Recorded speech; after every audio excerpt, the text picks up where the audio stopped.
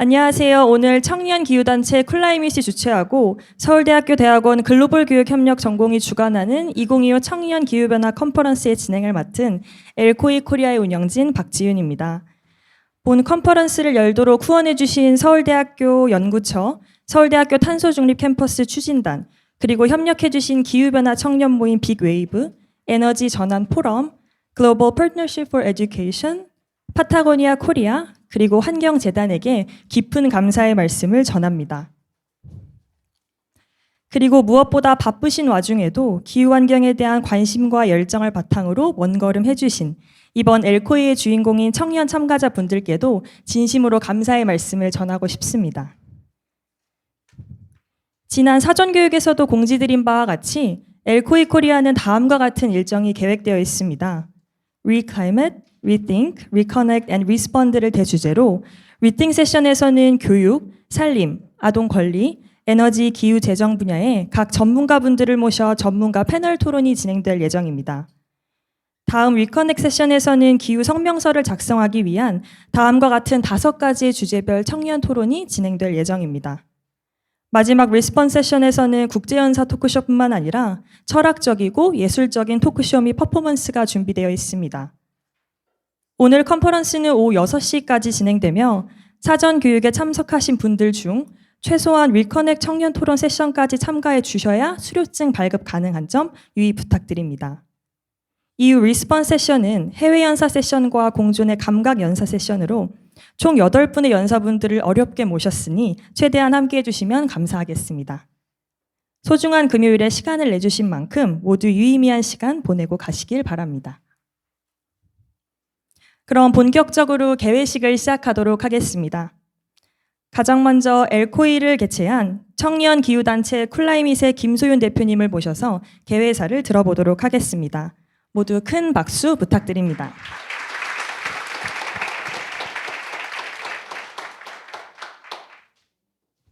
네, 안녕하세요.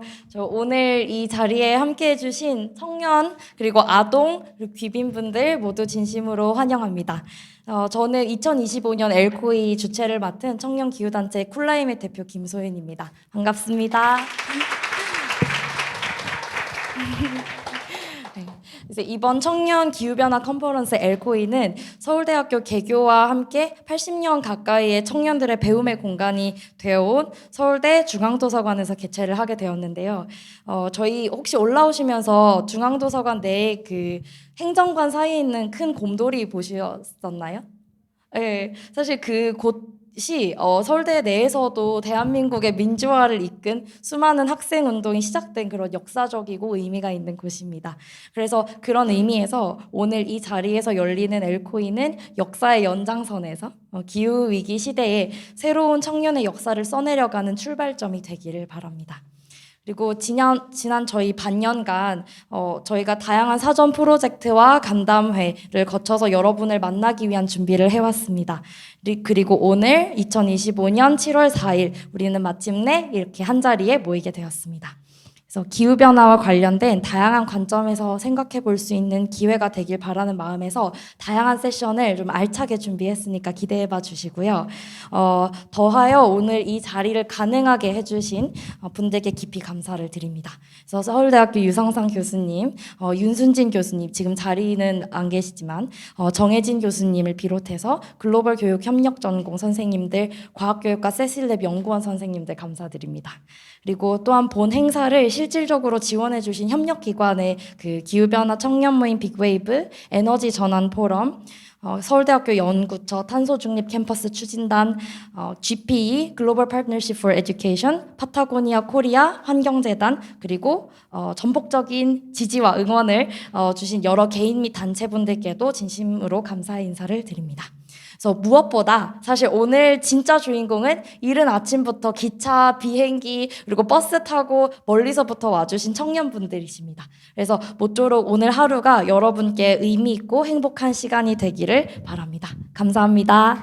네, 김소윤 대표님께 큰 박수 부탁드립니다. 다음으로는 서울대학교 대학원 글로벌 교육협력 전공의 유성상 교수님을 무대로 모셔서 환영사를 들어보도록 하겠습니다. 역시 큰 박수 부탁드립니다.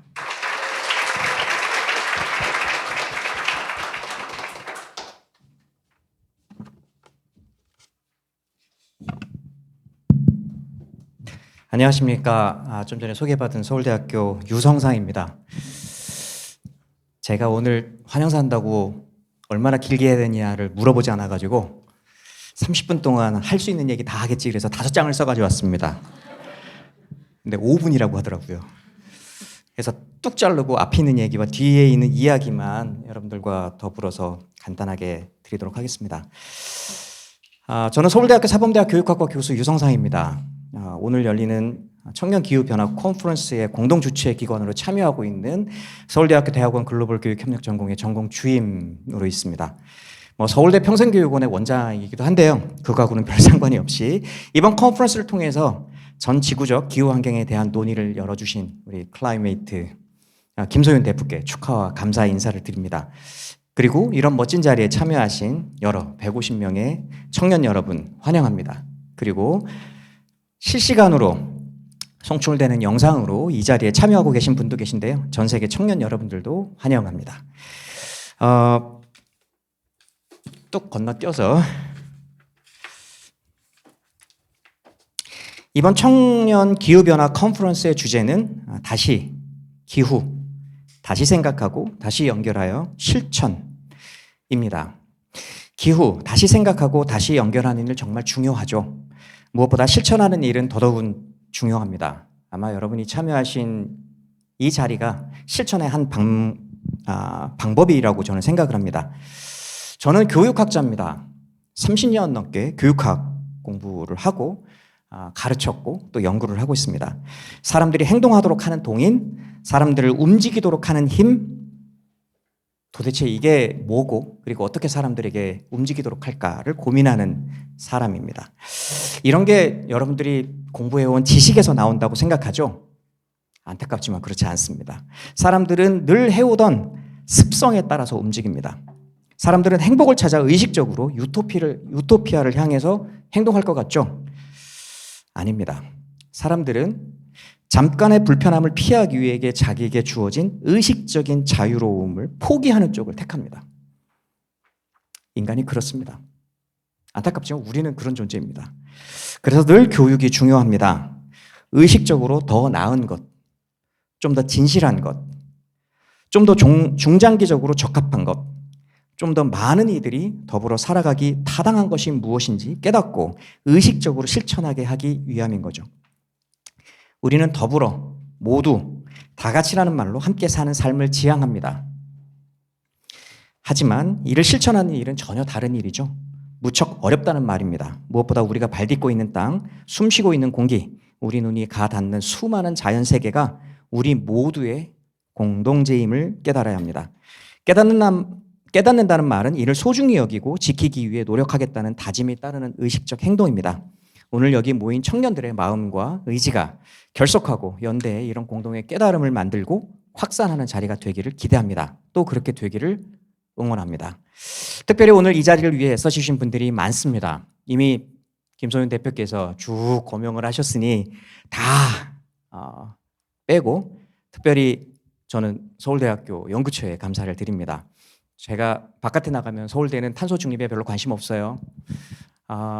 탄소 중립을 위한 교육에 별로 관심 없습니다. 세계 시민 교육 어떻게 키우는지 잘 모르겠습니다. 이런 비판을 했는데요. 오늘 이런 자리에 전국에 계신 우리 멋진 청년들을 이 자리에 모일 수 있도록 도와주시고 또 지원해 주신 부분 잊을 수가 없습니다. 아마 서울대가 이 계기를 통해서 또 다른 방식으로 이렇게 도약할 수 있는 계기가 되지 않을까 싶습니다. 무엇보다 축사를 위해서 이 먼 서울대 방문해 주신 주한 브라질 마르시아 도나 아브레우 대사님 환영합니다. 서울대학교 사냐 마틴 교수님 그리고 폐회 자리에 함께 해주실 건데요. 박지혜 국회의원님께 특별 감사 인사를 드립니다. 더불어 각 세션별로 좌장과 토론을 맡아주신 모든 분들 무엇보다 이 자리가 마련이 될 수 있도록 애써주신 운영지원 모든 분들께 고개 숙여 감사의 마음을 전합니다. 다시 한번 이 자리에 오신 여러분들을 환영하고 오늘 유익하고 또 의미 있는 자리로 풍성하게 채워지기를 바랍니다. 감사합니다. 네, 교수님 좋은 말씀 나눠주셔서 감사합니다. 그럼 개회식의 마지막 순서로 주한 브라질 대사관을 대표하여 마르시아 도너 아브레우 주한 브라질 대사님께서 축사를 직접 전해주시겠습니다. Please join me in welcoming Ambassador Marcia Donner Abreu. 큰 박수 부탁드립니다.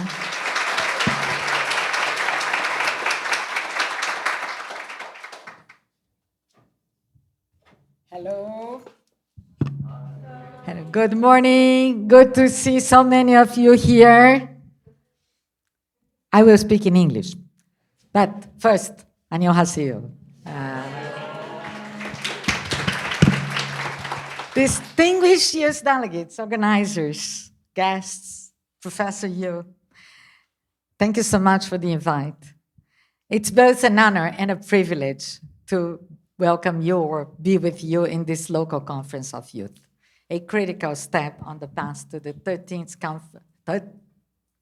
Conference of Parties of the United Nations Framework Convention on Climate Change that we call UNFCCC, to be held in Belém later this year in the Brazilian Amazon.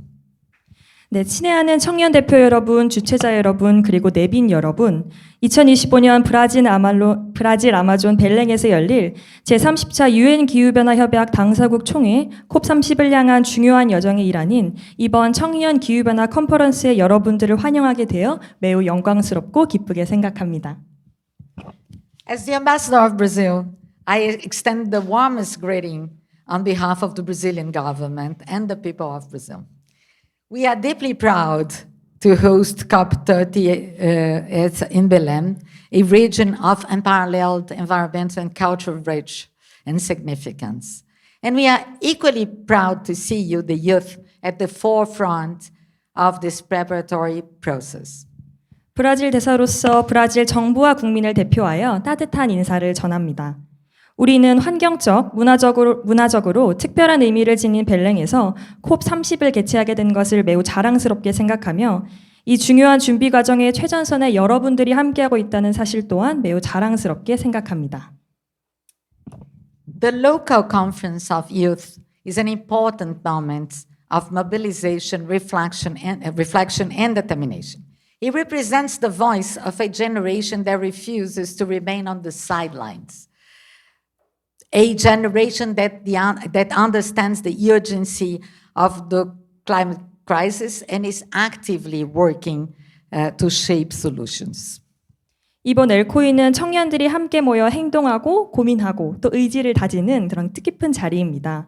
이는 기후위기의 긴급함을 인식하고 더 이상 방관자가 되기를 거부하며 해법을 직접 만들어가고자 행동하는 세대의 목소리를 대변하는 자리입니다. Your collective input and your proposals will be carried forward to inform youth contributions to COP30. The conclusions reached during this ELCOI will contribute to national and international youth statements, shaping the discourse in Belém and amplifying the voice of youth in climate diplomacy. 여러분이 이 자리에서 나누는 이야기들은 콥30에 반영될 청년의 기여를 구성하는 데 중요한 역할을 하게 될 것입니다. 이번 엘코이에서 도출된 결론은 국내외 청년 선언문에 반영되어 벨랭에서의 논의 방향을 형성하고 기후외교에서 청년의 목소리를 더욱 힘있게 전달할 것입니다. Your engagement is indispensable to the global climate process. You are not merely stakeholders of the future. You are active participants in the present. Your solidarity across cultures, disciplines, national geographies and world geographies is a powerful example of the kind of cooperation the world so urgently needs. 기후위기에 맞서는 전 세계적인 노력에 여러분의 참여는 매우 중요합니다. 여러분은 단지 미래 이의 당사자가 아니라 지금 이 순간에도 변화를 만들어가는 주체입니다. 여러분이 문화, 분야, 지역을 넘어 보여주는 연대는 지금 이 시대가 가장 절실히 필요로 하는 협력의 모습입니다. The climate crisis is a defining issue of our time, maybe the defining issue of our time. But it is also an opportunity to redefine the way we live, govern, and relate to the planet and to each other. I urge your approach to this conference with purpose and clarity. Be bold in your ideas, rigorous in your analysis, and inclusive in your collaborations. 기후위기는 우리 시대의 핵심 과제입니다. 하지만 동시에 우리가 살아가는 방식과 세상을 다스리는 방식, 그리고 지구와 서로에 대한 관계를 재정의할 기회이기도 합니다. 여러분이 이번 회의에 명확한 목적 의식과 책임감을 가지고 임해주시기를 바랍니다. 여러분의 생각은 대담하게, 분석은 치밀하게, 또 협력은 포용적으로 이루어지길 기대합니다. As we move together toward COP30, let this local conference of youth be a reminder that change is not only possible, but already underway, led by those who have the most at stake and the greatest will to act. 콥30을 향해 나아가는 길목에서 이 자리가 변화의 가능성뿐만 아니라 그 시작을 증명하는 시간이 되기를 바랍니다. 그리고 그 변화는 가장 큰 위협을 마주하고도 가장 강한 의지를 가진 이들, 바로 여러분에 의해 이끌어지고 있습니다. Thank you for your leadership, your vision, and your unwavering commitment. Muito obrigada, 감사합니다. 여러분의 리더십, 비전, 그리고 헌신의 진심으로 감사드립니다. 감사합니다. 큰 박수 부탁드립니다.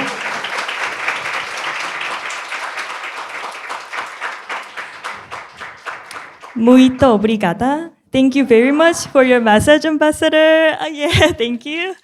다시 한번 뜻깊은 말씀 전해주신 대사님께 감사의 박수 부탁드립니다.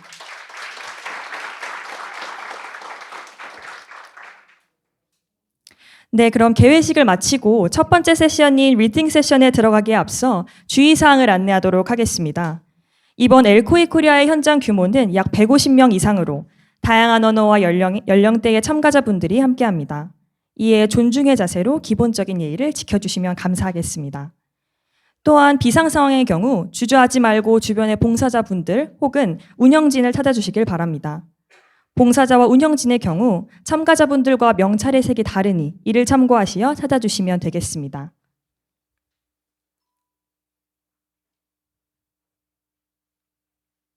네, 다음은 사전에 오픈 채팅방에도 공유드린 엘코이 프로그램북 QR코드입니다. 프로그램북 내에는 오늘의 일정, 연사 소개, 엘코이 소개, 운영진 소개 등 행사 관련 다양한 정보가 기재되어 있으니 참고하시기 바랍니다. 참고로 해당 QR코드에 들어가시면 국문, 영문 PDF 모두 다운 가능합니다. 네, 리팅 세션에서는 교육, 살림, 아동권리, 에너지, 기후재정 5개의 주제를 중심으로 각 분야의 전문가분들을 모시고 심도 있는 논의와 지식 공유의 장을 마련하였습니다. 좌장 및 연사분들께서는 무대 위 자리의 화면의 순서대로 착석해 주시기 바랍니다. 네, 그럼 리팅 세션의 연사분들을 소개하도록 하겠습니다. 오늘 리팅 세션 전문가 패널 토론회 좌장을 맡아주시는 기후변화 청년 모임 빅웨이브의 김민 대표님, 교육 분야를 맡아주실 서울대학교 대학원 글로벌 교육 협력 전공의 유성상 교수님, 산림 분야를 맡아주실 국립산림과학원 미래산림전략연구부 산림경영연구과 김래연 과장님, 아동권리 분야를 맡아주실 유니세프 한국위원회의 류현 아동권리 실장님, 에너지 분야를 맡아주실 그린피스 서울사무소의 정상훈 기후에너지 선임 캠페이너님, 그리고 기후재정 분야를 맡아주실 기후솔루션의 하지연 변호사님을 모셨습니다. 귀한 걸음해주신 연사분들께 모두 큰 박수 부탁드립니다. 네, 그럼 오늘 리팅 세션 전문가 패널 토론회 좌장을 맡아주신 김민 대표님께 마이크를 넘기겠습니다. 네, 안녕하세요. 빅게이브의 김민입니다. 살짝 울리는 것 같은데 지금 이 정도에서 이야기해도 괜찮으신가요? 네, 너무 붙이면 살짝 소리가 나는 것 같아요. 살짝 떨어뜨려서 이야기를 하겠습니다. 우선 아까 사회자께서도 소개를 해주셨는데 우선 시작하기 전에 패널분들께서 직접 이제 소개를 해주시면 좋을 것 같습니다. 그래서 간단히 이제 지금 어떤 일을 하고 계신지 한 번씩 좀 소개를 먼저 들어보면 좋을 것 같은데요. 여러분이 보시는 오른쪽에 앉아 계신 유성상 교수님부터 소개 부탁드리겠습니다. 네, 다시 인사드리겠습니다. 저는 서울대학교 사범대학 교육학과에 있고요. 교육 사회학, 그다음에 비교 교육학을 주로 가르치고 있습니다. 하지만 대학원에서는 조금 다른 일을 합니다. 국제 교육 개발 협력 분야에서 교육 ODA 쪽의 전문가로 많이 활동하고 있는데요. 이 프로그램에서 석사 박사 과정생들에게 국제교육 전문가가 되는 과정을 책임지고 있습니다. 이런 환경과 관련된 일에 직접적으로 관여하고 있지만 세계 시민 교육이라든지 혹은 지속가능 발전 교육이라든지 SDG와 관련된 다양한 교육 섹터의 전문성을 염두에 두고 개도국을 다니면서 일을 하고 있습니다. 따라서 오늘 이야기하는 것도 제가 주로 섹터와 관련된 이야기에 국한이 될 것 같고 많이 배우는 자리가 될 것 같습니다. 이렇게 뵙게 돼서 반갑습니다. 네, 안녕하세요. 저는 국립산림과학원에서 근무하고 있는 김래현이라고 합니다. 오늘 이렇게 좋은 자리 초청해 주셔서 감사하고요. 저는 그 기후변화 협약 정부 대표단으로 기후변화 협상 회의에 직접 참여를 하고 있고요. 그리고 IPCC 지침 이제 제가 온실가스 인벤토리 산정 보고도 같이 하고 있어서 IPCC에서 지침 만드는 작업도 참여를 하고 그리고 이제 UNFCC에서 국가 인벤토리 이제 제출을 하면 그걸 리뷰를 하게 되는데 그거에 대한 리뷰 검토 전문가로 같이 참여를 하고 있습니다. 그래서 지금 오늘 논의하는 여러 가지 일들에 대해서 같이 얘기를 나눈 거에 있어서 그런 부분에서 좀 측면에서 좀 약간 다양한 의견을 한번 드릴 수 있도록 해보겠습니다. 만나서 반갑습니다. 네, 안녕하세요. 전 유니세프 한국위원회 아동권리실에서 근무하고 있는 류현입니다. 반갑습니다.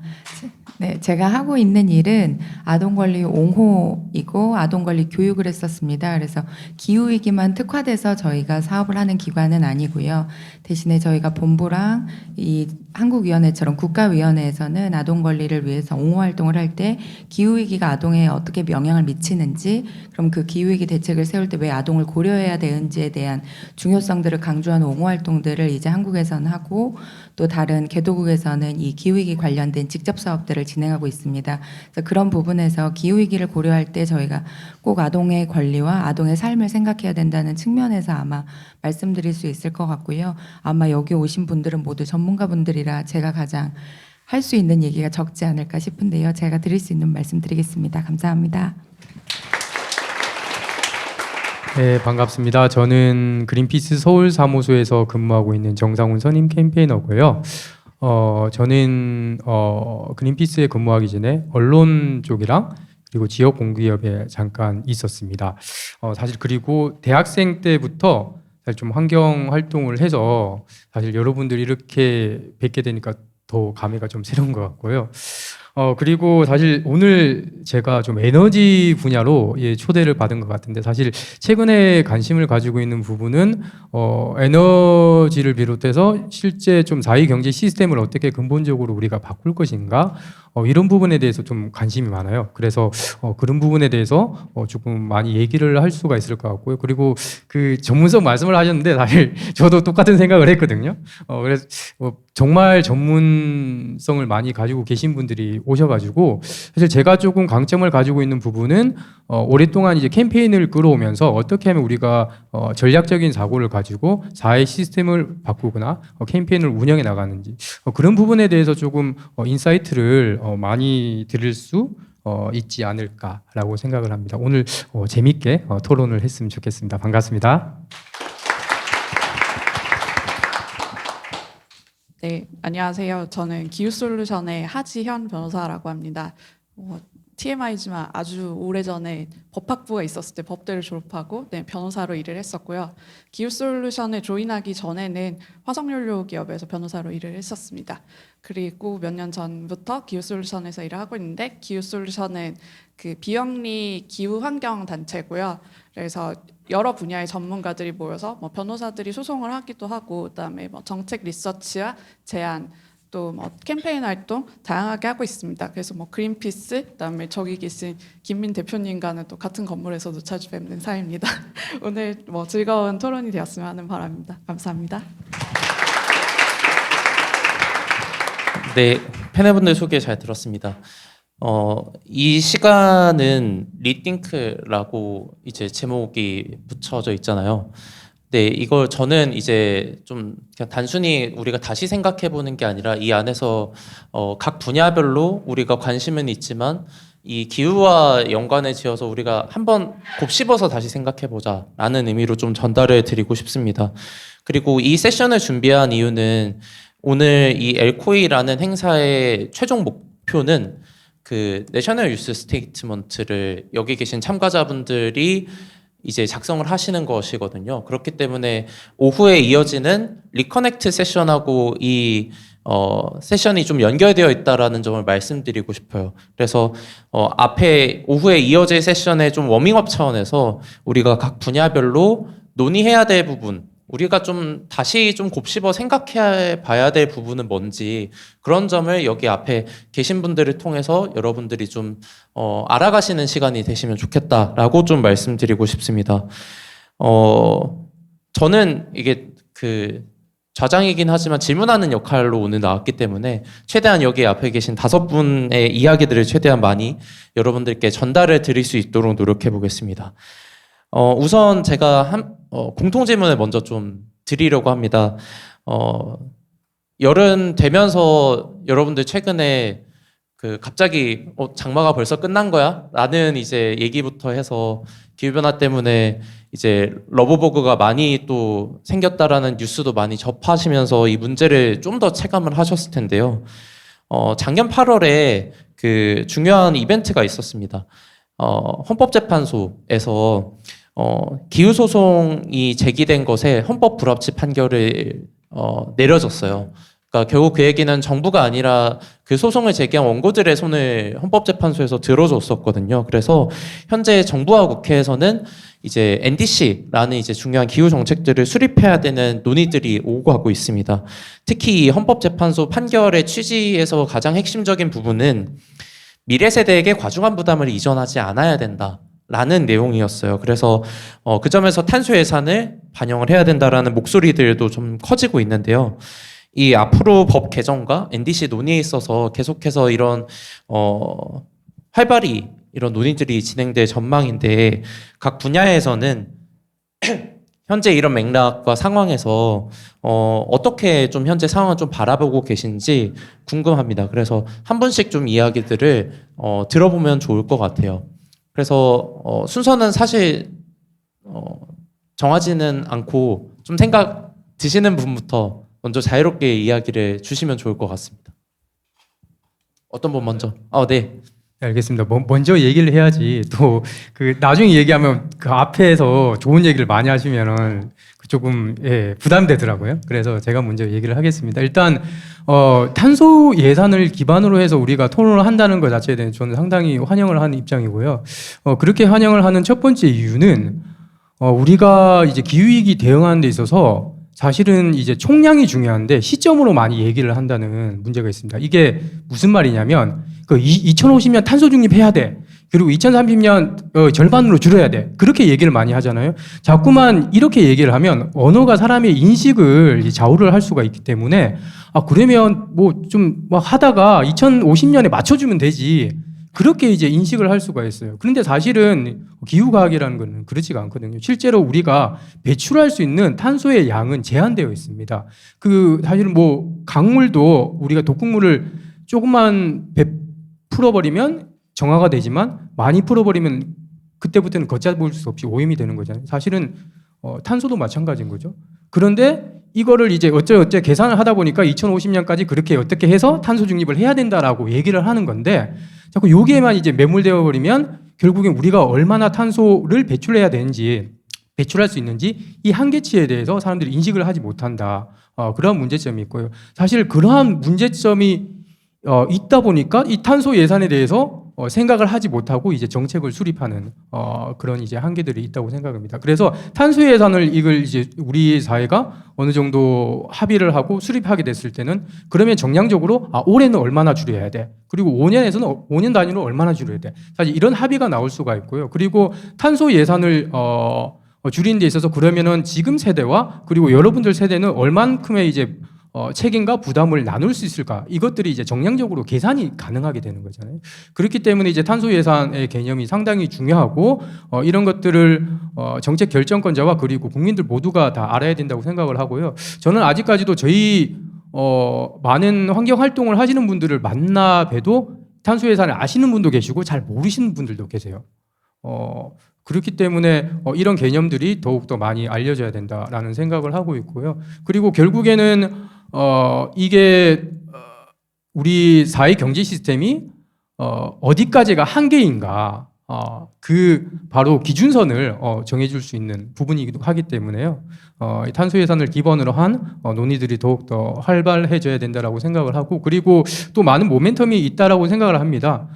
작년에 저희 그린피스 같은 경우에 작년까지 되게 탄소 예산을 좀 알리기 위한 캠페인을 활발하게 해왔었는데 그러면서 총선 과정에서 또 민주당이 탄소 예산 공약을 약속을 한 경험도 있었거든요. 그렇기 때문에 그런 부분들을 또 계속해서 모멘텀으로 레버리지로 삼아서 지금 방금 얘기했던 이제 헌법재판소의 얘기도 있고요. 그런 것들을 삼아서 한다면 우리 사회에서 탄소 예산 이슈를 더욱더 많이 얘기할 수 있지 않을까라는 생각을 합니다. 네, 마이크를 넘겨주셨으니 제가 자연스럽게 하시죠. 그럼 해보겠습니다.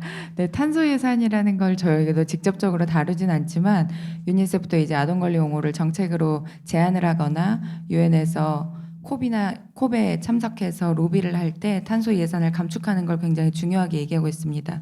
왜냐하면 파리 협정에서도 탄소 예산에 대해서 이야기가 나왔던 게 결국은 1.5도씨나 2도씨를 유지하기 위해서 배출 가능한 탄소 총량 그리고 이를 위한 제한 목표들을 설정을 하고 그에 따라서 각국들이 이제 탄소 예산들을 다 정하고 있는데요.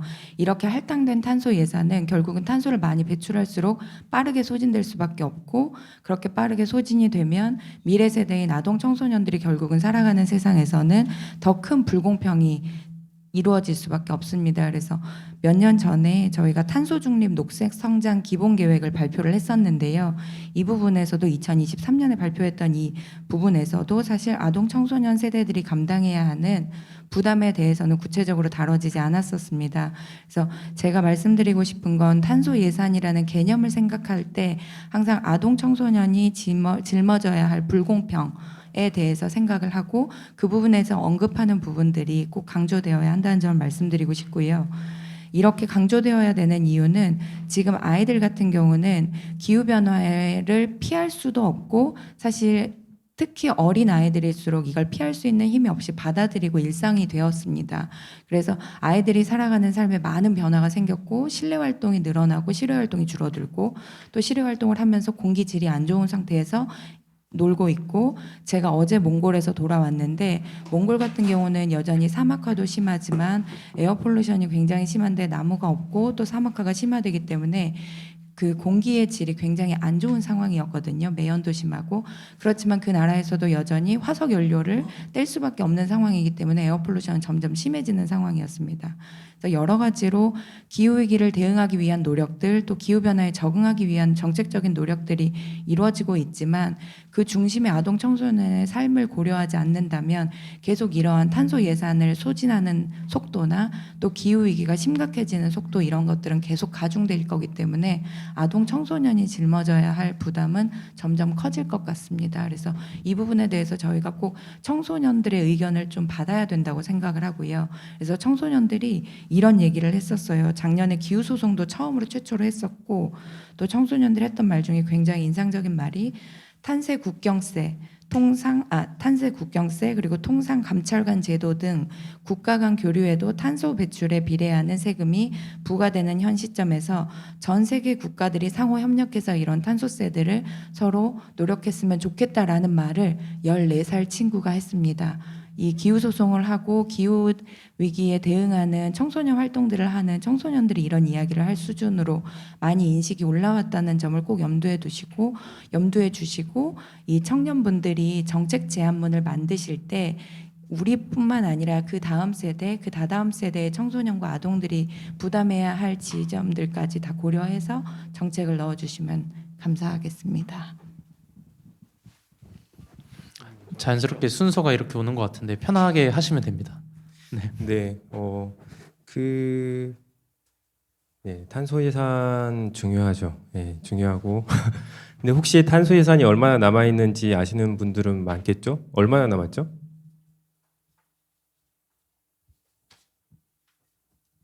오천억 톤 정도 남아 있고요. 그리고 그 남아 있는 거라고 하면 총량이 있을 텐데요. 탄소 배출에 대한 총량이 있을 텐데 그 총량이 얼마나 될까요? 5천억 톤보다 많겠죠. 근데 우리가 생각할 거는 이제 그 총량을 생각할 때 레인지를 생각을 해야 됩니다. 우리 파리 협정의 목표가 어떻게 되죠? 사실 파리 협정의 목표는 먼저 감축을 보면 파리 협정의 목표는 2도씨보다 현저히 낮은 수준으로가 목표인 거죠. 그리고 1.5도씨 산업화 수준 이전 수준보다 1.5도씨 이상 높아지지 않도록 제한하는 것을 노력을 추구하는 겁니다. 그죠? 그래서 사실 파리 협정의 정량적인 타겟은 2도씨보다 현저히 낮은 수준까지 감축 노력한다라는 것이고 1.5도씨는 거기에 보태져서 1.5도씨 이상으로 상승하는 것을 제한하는 것을 노력을 추구한다라는 것으로 되어 있습니다. 네, 그렇기 때문에 아주 스페시픽하게는 2도씨보다 현저히 낮은 수준이라는 게 정량적인 목표가 될 텐데 그것과 함께 1.5도씨라는 걸 같이 이제 레인지로 보는 그러한 어프로치가 좀 필요하고요. 그렇게 봤을 때 1.5도씨로 제한하기 위해서는 총량에서는 2조 9천억 톤 그리고 2도씨까지로 이제 제한하기로 한다면 3조 5천만 톤 정도 됩니다. 3조 5,500억 톤 정도 되는데 우리가 탄소 예산을 근데 지금 탄소 예산을 생각할 때는 지금 남아 있는 5천억 톤만 얘기를 하고 있어요. 그죠?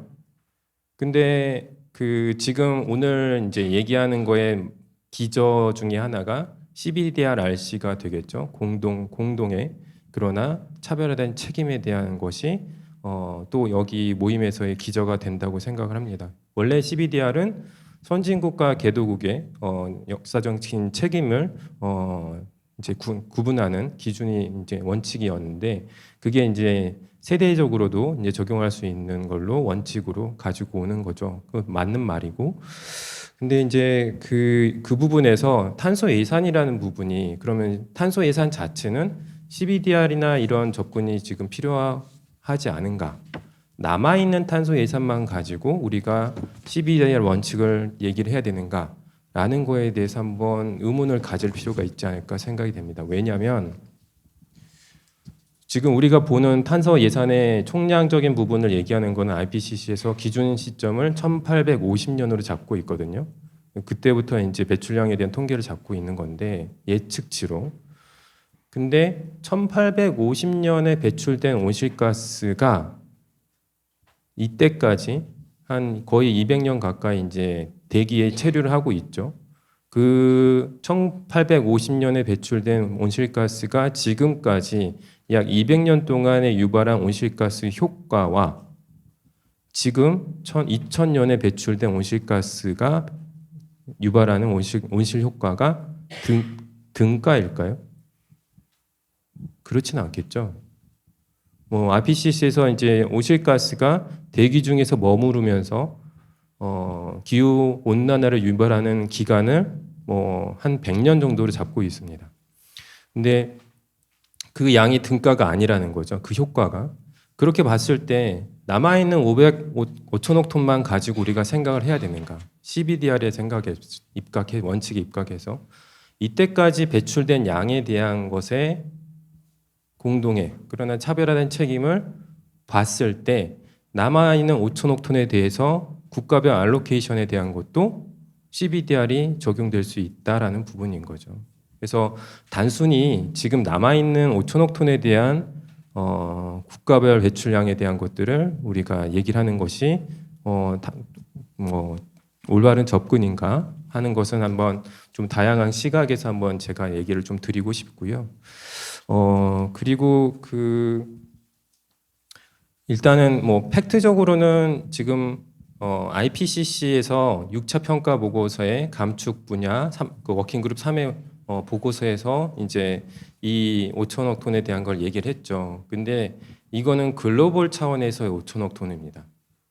국가별로 알로케이션 할 수가 없었어요.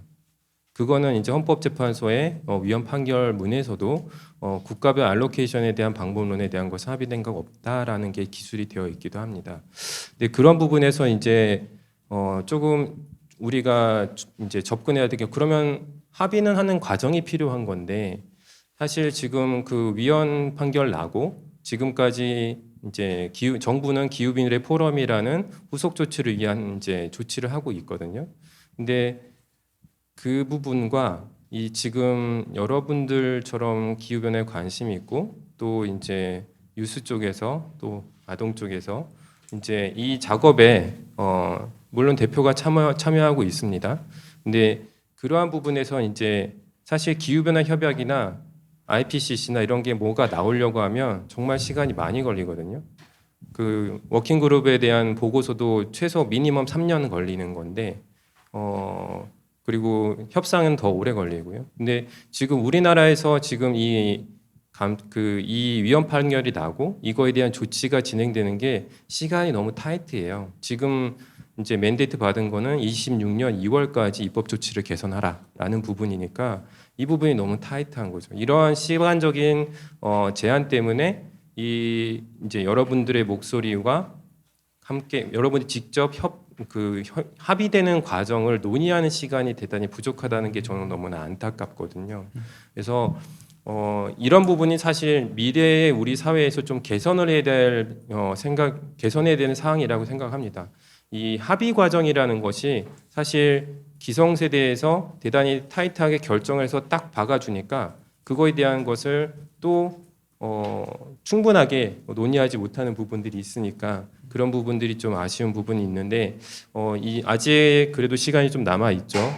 그런 기간 동안 충분한 목소리가 좀 전달이 되는 그리고 논의 과정에 좀 적극적으로 참여하는 그런 시간이 좀 됐으면 좋겠다라고 생각합니다. 이상입니다.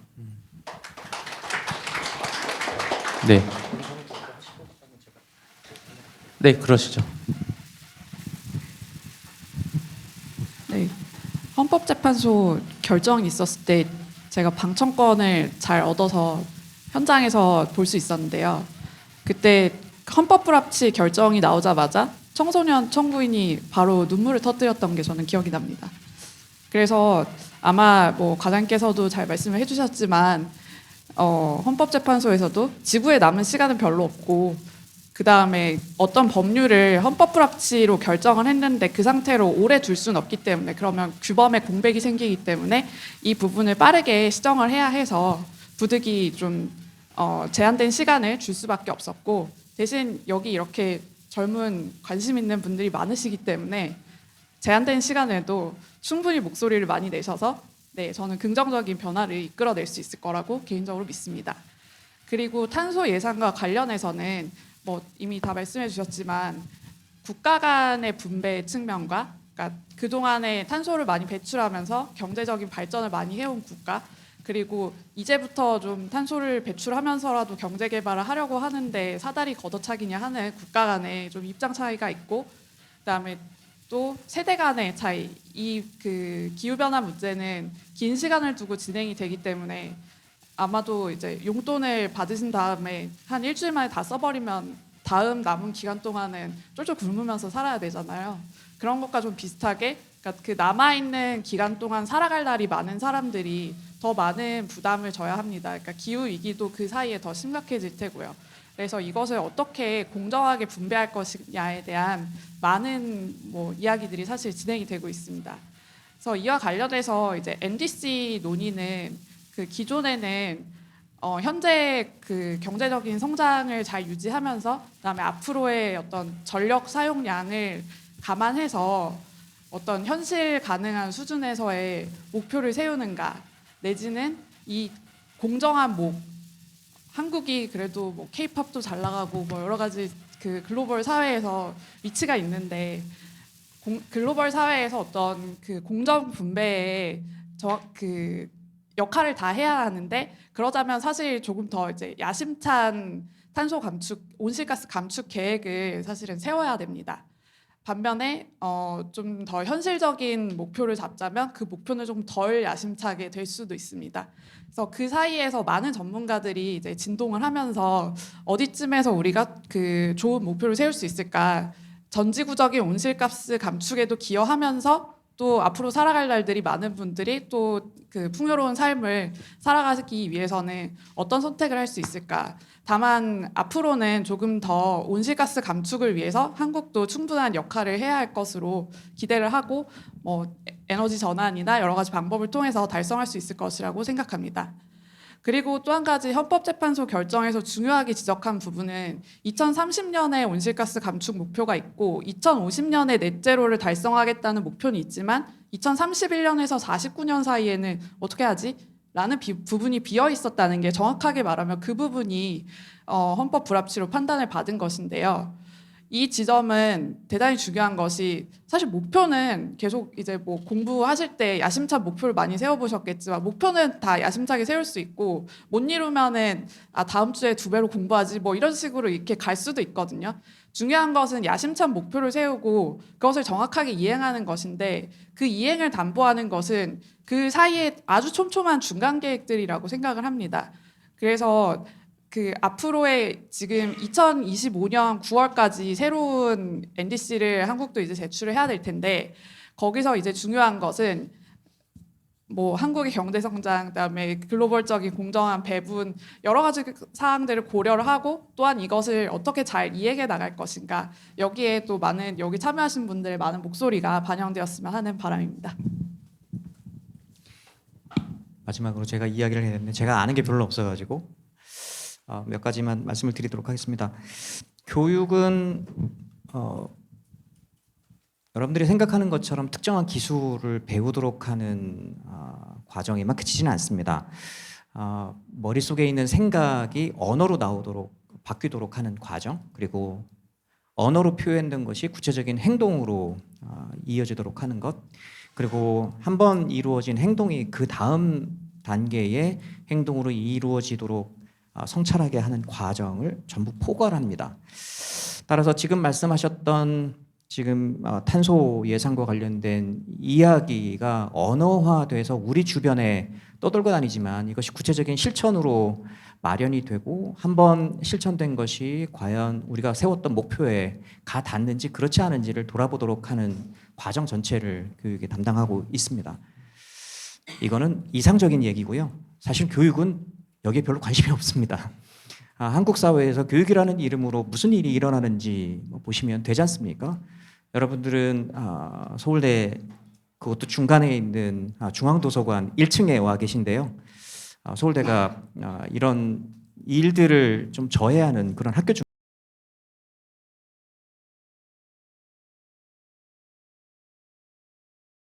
또 중고등학교 그리고 공교육 시스템이 탄소 중립에 관심이 있다는 언어를 일부 보실 수는 있겠지만 구체적인 교실 내에서 교사와 학생 사이에 그리고 학생의 구체적인 변화로 만들어내는 과정은 아직 요원한 상황입니다.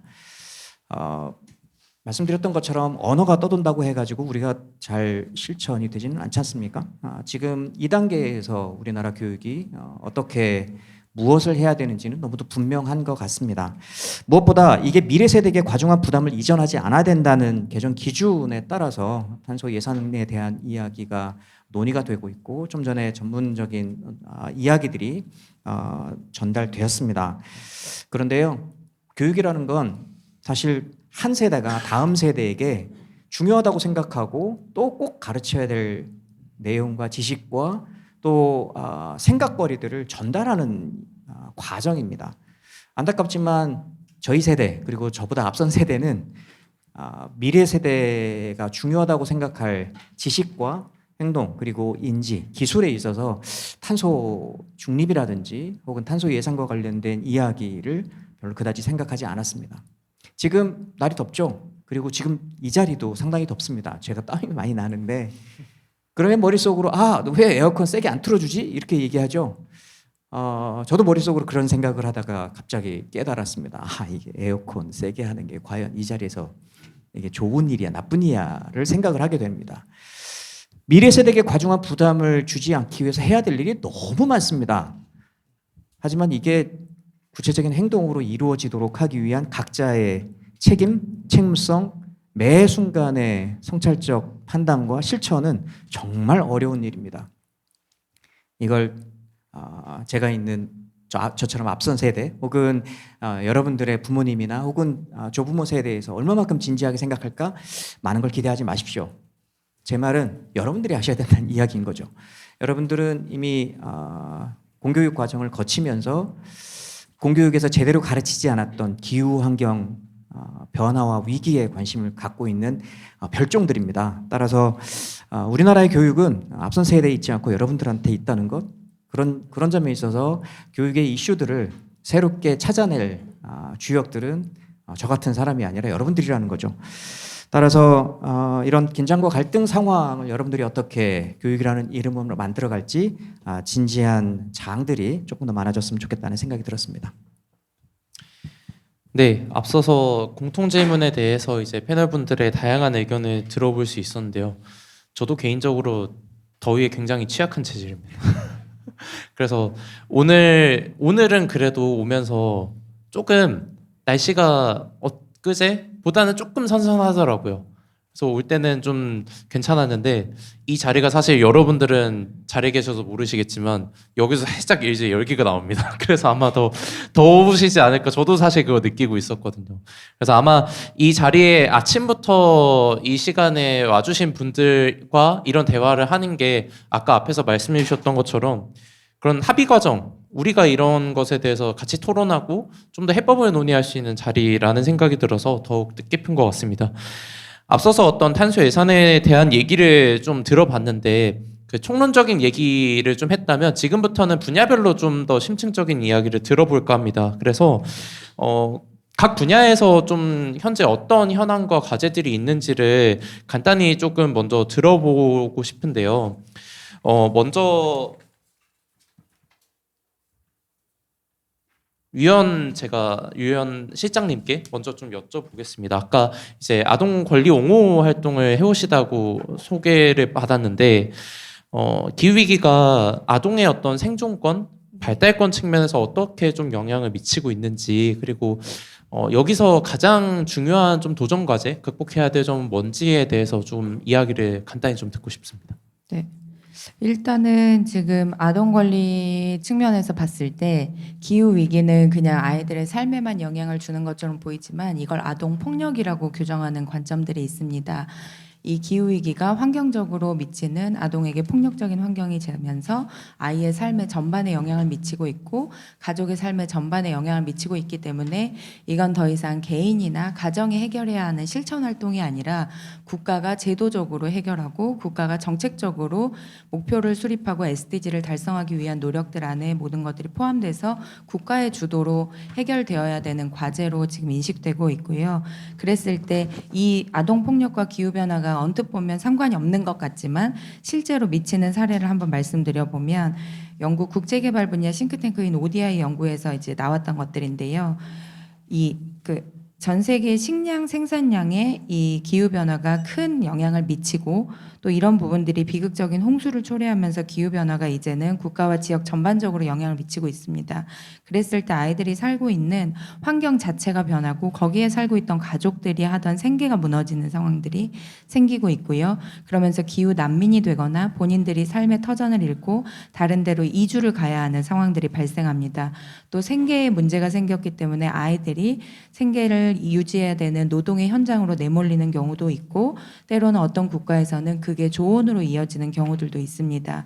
왜냐하면 조언을 통해서 또 가정에서 이걸 생계로 유지하는 수단으로 쓰기 때문에 아이들의 조언 문제도 이렇게 기후 위기랑 전혀 연관이 없는 것 같지만 기후 위기가 가족의 삶을 위협하면서 아이들의 여러 가지 권리침해 상황으로 연결되는 상황들이 있습니다. 그리고 또 현장에서는 이런 이주 과정에서 인신매매가 발생하기도 하고요. 갑작스러운 이주로 인해서 아동과 가족이 분리돼서 아동은 무조건 가족으로부터 보호받거나 가족으로 보호받지 못하면 국가의 보호 책임 아래에서 보호받아야 될 권리를 가지고 있는데 그럼에도 불구하고 이런 이주 과정에서 충분히 케어되지 못하면서 가족이 분리되는 상황 상황들이 발생하고 있습니다. 또 이뿐만 아니라 이런 생계적인 부분이나 생존권의 부분에서도 문제가 생기지만 심리적으로도 기후변화가 미치는 심리적인 거나 정서적인 불안들이 굉장히 심합니다. 그래서 통계치도 이제 조금씩 나오고 있고요. 이건 아동들의 불안, 우울뿐만이 아니라 그 부모들의 불안이나 우울 지수도 지금 드러나고 있는 상황입니다. 그래서 유니세프에서는 기후 위기와 마음 건강이라는 카테고리가 새롭게 이제 또 각광을 받고 조금씩 신경 쓰고 있는 분야고요. 또 기후 위기와 이 생존권뿐만이 아니라 아이들의 발달 상태까지도 같이 체크하는 사업들이 진행되고 있습니다.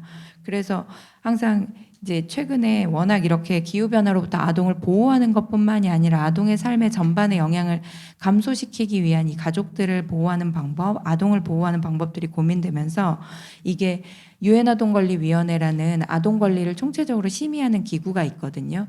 그래서 유엔 아동권리위원회의 모든 국가는 이 유엔 아동권리 협약이라는 국제 협약을 비준한 나라들이 있는데 이 국가들은 모두 유엔 아동권리위원회에서 5년에서 7년 사이에 심의를 한 번씩 받아야 됩니다. 우리가 아동 권리 침해 상황을 모니터링하고 이걸 개선하기 위해서 어떻게 정책적으로 변화를 가져오고 있고 법을 어떻게 제정하거나 개정하면서 삶의 변화들을 국가적인 차원에서 이끌어 왔는지 계속 리포팅을 하고 심의를 받아야 되는데 이게 5년에 한 번씩 유엔 아동권리위원회에서 제네바에서 열리거든요.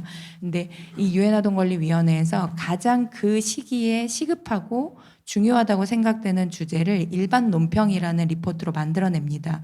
그리고 국가에 강력하게 촉구할 수 있는 레코멘데이션들을 만드는데 재작년에 나왔던 게 일반 논평 26호라는 이름으로 기후변화에 중점을 둔 아동권리와 환경이라는 주제의 보고서가 따로 나왔습니다.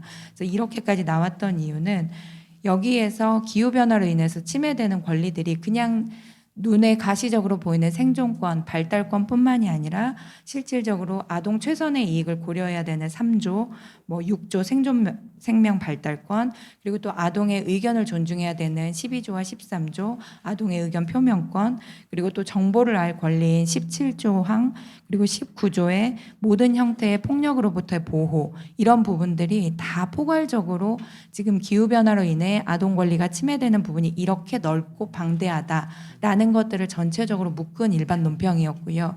그에 따라서 이제 해결책을 제시했던 것들이 더 이상 이건 개인이 아니라 기업이나 국가 차원에서 이런 정책적인 노력들이 필요하다라고 나왔고, 그래서 지금 유니세프도 더 이제 드라이브를 걸고 있는 쪽이 NDC에 아동 중심의 관점을 적용하는 것들을 각 국가에서 진행하고 있습니다. 그래서 이걸 Child Sensitive NDC라고 부르고 있는데요. 이 NDC 자체의 Child Sensitive나 Right Based Approach를 적용한 방식으로 NDC를 만들고 그 안에 아동들이 고려되어야 되는 조항들을 구체적으로 넣는 것을 집중적으로 지금 국회나 EU나 정부 단위를 대상으로 로비를 하고 촉구한 옹호 활동들을 하고 있습니다. 네, 감사합니다. 그런 권리 측면에서 우리가 좀 생각해봐야 될 점들을 잘 짚어주신 것 같습니다. 이어서 제가 정상훈 캠페이너님께 좀 여쭤보고 싶은데요. 이게 권리 측면에서 이제 여러 이제 영향들을 이제 받고 있는 거, 그리고 그것들을 유발한 이제 그 원인들이 있는데 그 중에서 아무래도 그런 우리가 갖고 있는 에너지의 문제를 빼놓을 수 없을 것 같습니다. 그래서 현재 이제 에너지 문제에 있어서 어떤 구조적인 전환이 가장 시급하다고 보시는지 그 부분에 대해서 먼저 좀 질문을 드리고 싶습니다. 네, 참 어려운 질문 같은데요. 그런데 이 조금 전에 그 하지연 변호사님께서 말씀하셨던 그 부분하고 저는 좀 맥락을 같이 해서 좀 얘기를 해보고 싶어요. 그러니까 이제 우리가 이 NDC를 그 수립하면서, NDC라는 거 혹시 뭐 다들 아시겠죠?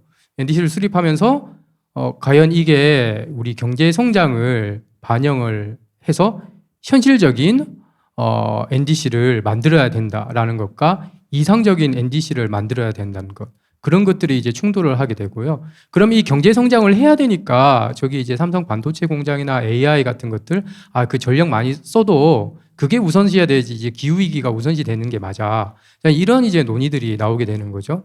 그런데 그렇다면 우리가 이제 에너지 사용에 있어서 에너지 공급과 사용에 있어서 단순하게 이 경제 성장의 논리로만 생각을 하는 것이 맞는 것인가라는 생각을 해볼 필요가 있습니다. 이게 무슨 말이냐면 성장이라고 얘기를 하면 그냥 무턱대고 다 좋은 느낌이 있잖아요. 아, 너 성장해야 돼. 왜 이렇게 애같이 굴어?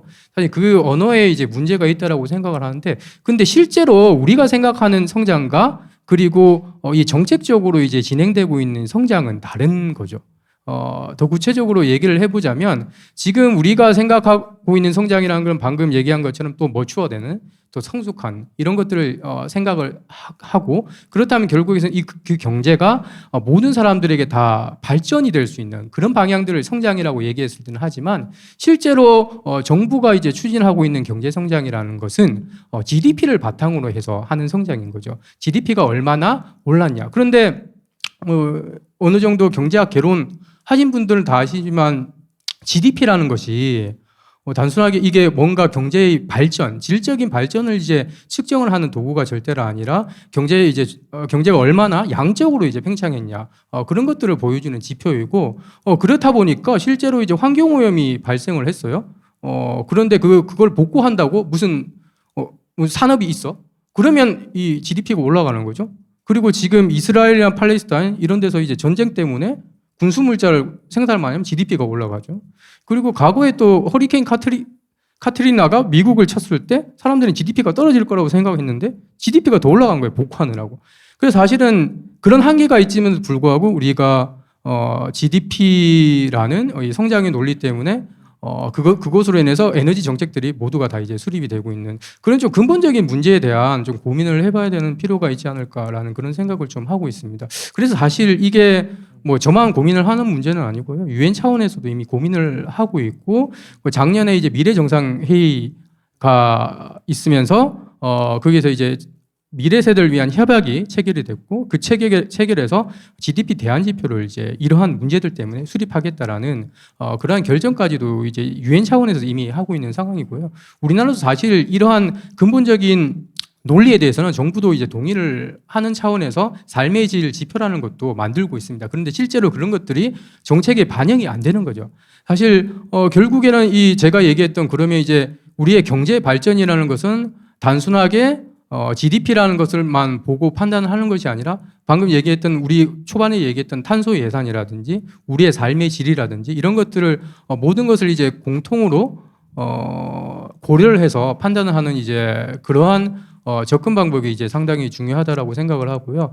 그러한 접근 방법에서 봤을 때 그러면 우리가 어떤 목표를 달성할 수 있는지 우리가 인디케이터를 만들 수가 있을 것 같고요. 사실 그런 인디케이터는 이미 좀 많이 있어요. 많이 있는데 지금 정책적인 의지가 있지 않기 때문에 그것들을 실제로 이제 반영하지 않는 것이라고 생각을 하고 있습니다. 그런 것들을 실제로 반영을 하게 된다면 우리가 기존에 좀 생각을 해왔던 방식의 현실 가능한 목표라는 것도 에너지 전환과 관련해 가지고도 많이 바뀔 수 있다라고 저는 생각을 합니다. 네, 되게 공감됐던 이야기 같습니다. 그러니까 우리가 에너지를 정말 그 필요한 만큼 생산하고 있는가, 우리가 정말 그 한계치를 고민할 필요는 없는가에 대한 점을 에너지 문제에서 좀 짚어주신 것 같습니다. 이어서 김래현 센터장님께 좀 여쭤보고 싶은데요. 다들 너무 이제 그 소식들을 아시겠지만 3월달에 이제 경북 지역 큰 산불이 나면서 그 뉴스를 보면서도 주변에 이제 계신 분들이 정말 안전한지 그런 걱정들이 많으셨을 것 같아요. 저도 그 외할머니께서 안동에 계시는데 이제 뉴스가 나오고 나서도 한번 이제 연락을 드리면서 좀 안부를 걱정했던 적이 있었어요. 그래서 이런 문제들로 인해서 저희가 경각심을 갖게 된 게 사실은 그렇게 썩 바람직한 방향은 아니겠습니다만 이런 시기에 또 산림과 관련된 논의들이 또 많이 이루어져야 되지 않을까, 그런 점에서 좀 해법을 좀 찾아가야 되지 않을까 싶습니다. 그래서 그런 점에서 좀 질문을 드리고 싶은 게 있는데요. 산림이 실제로 기후변화 측면에서 어떤 이제 과학적 정책적인 역할들을 가지고 있는지, 그리고 산림이 얼마나 좀 효과적으로 거기에 또 대응을 하고 있는지, 그런 현황에 대해서 좀 전반적으로 말씀해 주시면 감사하겠습니다.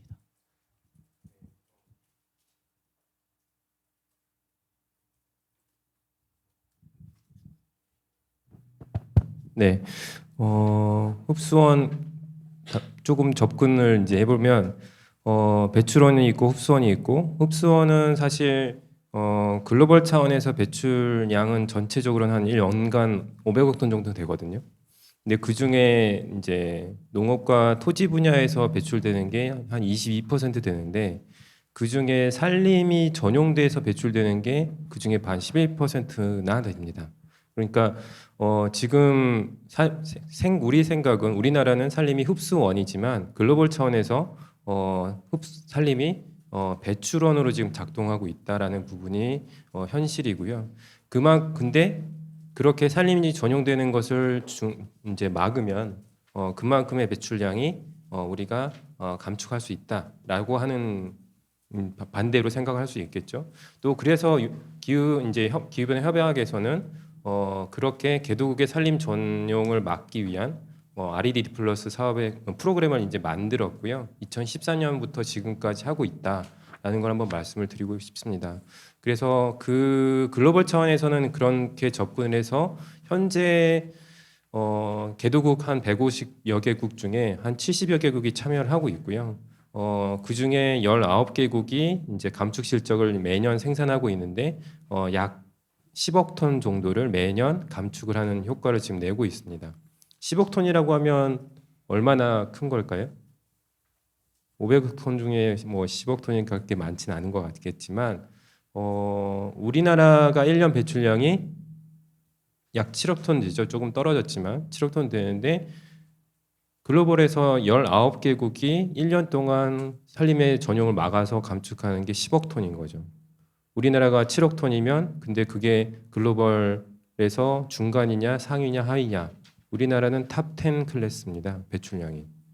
그러니까 10억 톤이라는 거는 그 탑 클래스의 이제 감축 배출량을 상쇄하는 거도 남는 그 정도의 효과를 내는 거죠. 근데 주목할 거는 참여하고 있는 70여 개국 중에 20여 개국이 내고 있는 실적이라는 거예요. 아직도 50여 개국이 남아 있고 참여하지 않은 개국이 더 있다는 거죠. 그래서 제가 이제 추정하기로는 이제 지금 현재의 감축 효과의 한 2배 정도가 글로벌 차원에서 더 나타날 수 있을 거라고 기대를 하고 있고요. 그걸 이제 우리나라로 좀 이제 들어오면 우리나라 배출량 중에 흡수원이 지금 현재 상쇄하고 있는 게 한 4천만 톤 이상 정도 됩니다. 그러니까 우리나라 배출량 중에 한 4에서 5% 정도는 상쇄를 하고 있는 상황입니다. 근데 이제 문제는 산림도 나이가 많아서 흡수량이 떨어지고 있다는 거죠. 그래서 교체를 해야 되는데 지금 이제 우리나라도 지금 요즘에 뭐 우리나라 인구 소멸론 뭐 이런 것 때문에 국가 위기론 이렇게 하고 있는데 핵심은 세대 교체가 아니겠습니까? 여러분과 같이 이제 세대가 교체가 돼야 되는데 그냥 일단은 국가 차원이고 제가 산림 차원만 말씀드리면 산림이 노령화됐는데 세대 교체를 해야 돼요. 근데 문제는 우리나라는 땅이 좁습니다. 그리고 토지 이용에 대한 경쟁이 대단히 심합니다. 산림은 더더군다나 그렇게 이용이 개발이 이제 도로도 만들어야 되고 집도 만들어야 되고 그러니까 산림은 계속 줄어들고 있습니다. 근데 경향은 좀 낮아져서 요즘에는 연간 한 6천 헥타 정도 이 정도 이제 전용이 되고 있는데 그러한 산림도 줄고 있는 상황에서 교체를 해야 돼요. 근데 산림은 그렇게 토지 경쟁이 심해서 새로운 땅에다가 심을 수가 없어요. 그럼 어떻게 해야 되죠? 재건축 많이 하죠, 우리나라. 산림도 재건축해야 돼요. 세대 교체를 위해서는. 근데 벌채를 동반하지 않고는 그걸 할 수가 없습니다. 근데 벌채를 한번 해보신 분 계세요? 없죠. 그리고 진짜 해보셨어요? 오, 감사합니다. 한 분 계셔서 너무 다행입니다. 그럼 혹시 산림 경영을 통해서 벌채를 통해서 목재 수확을 통해서 경제적인 소득을 나는 받은 적이 있다. 혹은 우리 집에서 그런 소득을 발생한 적이 있다. 여기 안 계시네요. 근데 대부분 마찬가지입니다. 우리나라 지금 전 국민 중에 이러한 경험을 가진 분이 정말 1%도 안 될 거예요. 왜 그럴까요? 우리나라는 이제 산림 황폐화가 이미 이제 한국 전쟁이나 이런 거 하면서 황폐화된 거를 1970년대 이후에 이제 치산 녹화 사업을 해서 성공적으로 녹화를 했다라는 게 우리나라의 국가 브랜드이거든요. 하거든요. 근데 저한테도 아버지의 아버지, 할아버지들이 심으신 거예요. 그때. 교수님도 혹시 심으셨을까요? 심었습니다. 네. 감사합니다. 근데 그 다음에 할아버지가 심고 아버지가 심고 그랬는데 그거를 그때는 또 자라야 되죠. 근데 그거를 자를 수가 있을까요? 어쨌든 우리는 직면했던 게 황폐화된 민둥산이고 그걸 녹화하기 위한 것을 활동을 했는데 그리고 걔가 잘 자라게 해야 되는데 벌채라는 생각을 할 수가 없어요. 근데 우리나라도 그리고 특히나 북한 지역에서도 목재를 수확하는 부분이 산업이었습니다. 우리나라 목재 수출도 한 경우도 많았고요. 근데 지금은 우리가 경험이 없는 거예요. 근데 제가 말씀드린 건 재건축해야 되고 세대 교체해야 하는데 벌채가 꼭 필요한 거예요.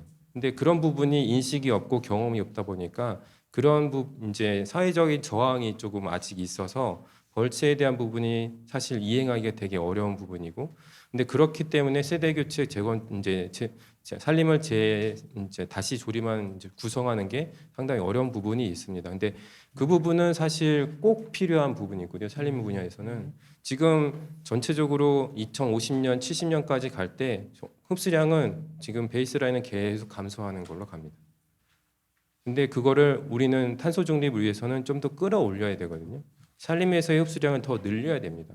그러면 그 흡수량을 더 능력이 강화된 좀 더 어린 젊은 산림으로 구성을 해야 되는 게 필요합니다. 물론 그 과정에서 저희가 생각해야 되는 건 생물 다양성, 그 토착 수종에 대한 지역 수종의 우리나라의 수종을 위주로 하는 부분도 필요하고, 근데 기후 변화로 인해서 유입되는 외래 수종에 대한 건 또 저희가 어쩔 수가 없어요. 그러니까 그러한 탄소적인 부분 그리고 환경적인 부분 이런 것들을 다 고려해서 이러한 부분들을 조치를 하는 게 현실적인 지금 현안이고 해결 방안이라고 생각하는데 여러분들께서도 그런 부분에 대해서 조금 지원을 해주시면 좋겠습니다. 그리고 교수님 이 인식에 대한 부분은 말씀하신 것처럼 교육을 통해서밖에 개선이 안 되는 거여서 우리 미래 세대와 더 어린 세대들이 산림을 환경적으로 보호만 해야 된다라고 생각하는 것보다는 같이 공존하기 위해서 어떻게 더불어 갈 것인가에 대한 이제 인식을 할 수 있게 가면 좋을 것 같습니다. 이거는 위원 이사님께도 같이 한번 부탁을 드려야 될 것 같습니다. 감사합니다. 네, 감사합니다.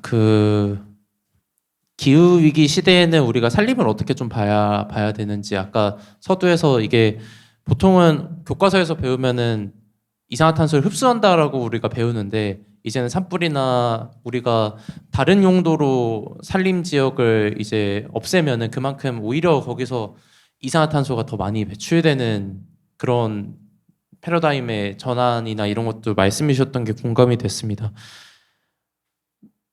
교수님께 어떻게 보면은 센터장님 대신 질문을 하신 것 같은데 제 질문은 대신 하신 것 같습니다. 그래서 어떤 교육이 기후위기 시대에 해야 될 핵심적인 역할과 어떤 이런 사회 전환을 이끄는데 어떤 좀 기여를 할 수 있을까에 대해서 좀 여쭙고 싶습니다.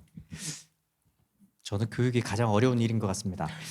기후위기 시대에 교육이 해야 될 가장 중요한 일은요, 여기 오신 150명처럼 기후위기에 사람들이 관심을 갖게 되고 또 구체적으로 행동할 수 있도록 만드는 일이라고 생각합니다.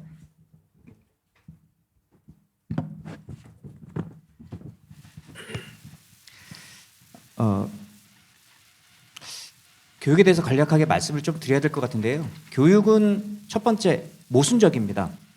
모순적이라는 말의 의미는 아까 말씀드렸던 것처럼 중요하다고 생각하는 한 세대의 생각을 다음 세대에게 전달하는 이야기입니다. 따라서 교육은 원래 보수적입니다. 보수적이라는 말의 의미는 세대 간에 서로 다른 인식 차이, 좋은 것에 대한 생각 차이, 그리고 그걸 어떻게 얻을 것이냐에 대한 생각 차이, 그걸 어떻게 배분할 건가에 대한 생각 차이, 그리고 그거를 어떻게 바꿔나갈 건가에 대한 생각 차이가 있기 때문에 그렇습니다. 이런 점에 있어서 보수적이라는 말의 의미인 거죠. 하지만 이 교육은 그런 보수적인 것과 더불어 가지고 되게 뭔가를 바꾸겠다고 이야기를 합니다. 교육 얘기하면 하나같이 답답해하면서 뭔가 바뀌어야 된다는 이야기를 하지 않습니까? 따라서 교육은 바꾸겠다는 이야기를 하지만 내부에서 돌아가는 메커니즘은 항상 기존에 있었던 좋은 것들에 대한 생각들을 재반복하고 재생산하는 일이 되는 거죠. 따라서 바꾸겠다고 이야기하지만 안에서 돌아가는 원래 있었던 것이 돌아간다는 점에 있어서 되게 모순적입니다. 그런데 흥미로운 점이 하나 더 있습니다. 교육은 되게 역설적입니다. 늘 있었던 것들을 반복하는데 시간이 지나고 보면 바뀌어 있습니다. 왜 바뀌었는지 사실 사람들은 잘 모릅니다. 서로 다른 생각들을 가지고 있는 사람들이 붙어서 서로 지지고 볶고 싸우다 보니 어느 순간 바뀌어 있는 모습들을 보는 거죠. 그래서 어떤 거는 계속 유지가 되는 것 같지만 또 어떤 거는 많이 바뀌어 있는 거죠. 이런 점에 있어서 교육은 또 역설적입니다. 교육을 생각을 할 때 우리는 좋은 언어가 전달이 되고 또 확산이 되고 그것이 곧바로 실천으로 이어질 거라고 생각을 합니다. 예를 하나 들어보겠습니다. 2015년도에 SDG가 등장하는 전후로 한국 교육계의 가장 중요한 화두 중에 하나가 생태 전환 교육이었었습니다. 이게 이제 2000년대 초반부터 시작했던 지속 가능 발전 교육, 이전에는 환경 교육이라고 이야기를 했었던 영역이 지속 가능 발전 교육이라는 이름으로 바뀌면서 시민성, 특히 이 지구 생태 환경의 위기적인 상황들을 교육 시스템과 연계해서 전달하려고 했던 노력이었었습니다. 아마 여기 있는 분들은 대략 이름 정도는 들어봤을 겁니다. 지속 가능 발전 교육이라든지 혹은 생태 전환 교육과 관련된 이야기. 그래서 2015년도부터 시작을 해서 코로나를 전후해서 2021년, 2022년까지 상당히 인기를 얻는 화두였었고 교사뿐만 아니라 교육과정 그리고 교육 시스템 전체적으로 생태 전환을 위한 그리고 생태 전환으로서 그리고 생태 전환을 목표로 한 교육 체제가 어떻게 바뀌어야 되는지에 대한 이야기가 엄청나게 많았었습니다. 그런데 2022년도부터 싹 사라졌습니다. 이건 정권의 문제일 수도 있고 또 이데올로기의 문제일 수도 있겠지만 생태 전환이라고 하는 것이 실제 쉽지도 않을 뿐만 아니라 교육계 내의 어떤 보수적인 어떤 메커니즘이 굳이 이런 표현을 써가면서 교육이 바뀌어야 돼라는 방식이 하나 있었고요. 또 하나는 그것을 덮고도 남을 만큼의 한국 사회, 특히 요즘 세대의 교육적 화두가 생태 전환에 가닿지 않았다는 이야기인 거죠. 즉 청년들의 언어가 아니었었고 또 청년들의 삶의 패러다임을 다루는 교육이 아니었었습니다. 마치 학원 가가지고 뭐가 시험에 나올 건가를 곰곰이 생각하면서 좋은 지식 언어를 택했던 것처럼 생태전환 교육은 되게 표피적이고 수면 위에서 떠다니는 그런 부유하는 언어에 불과했던 거죠.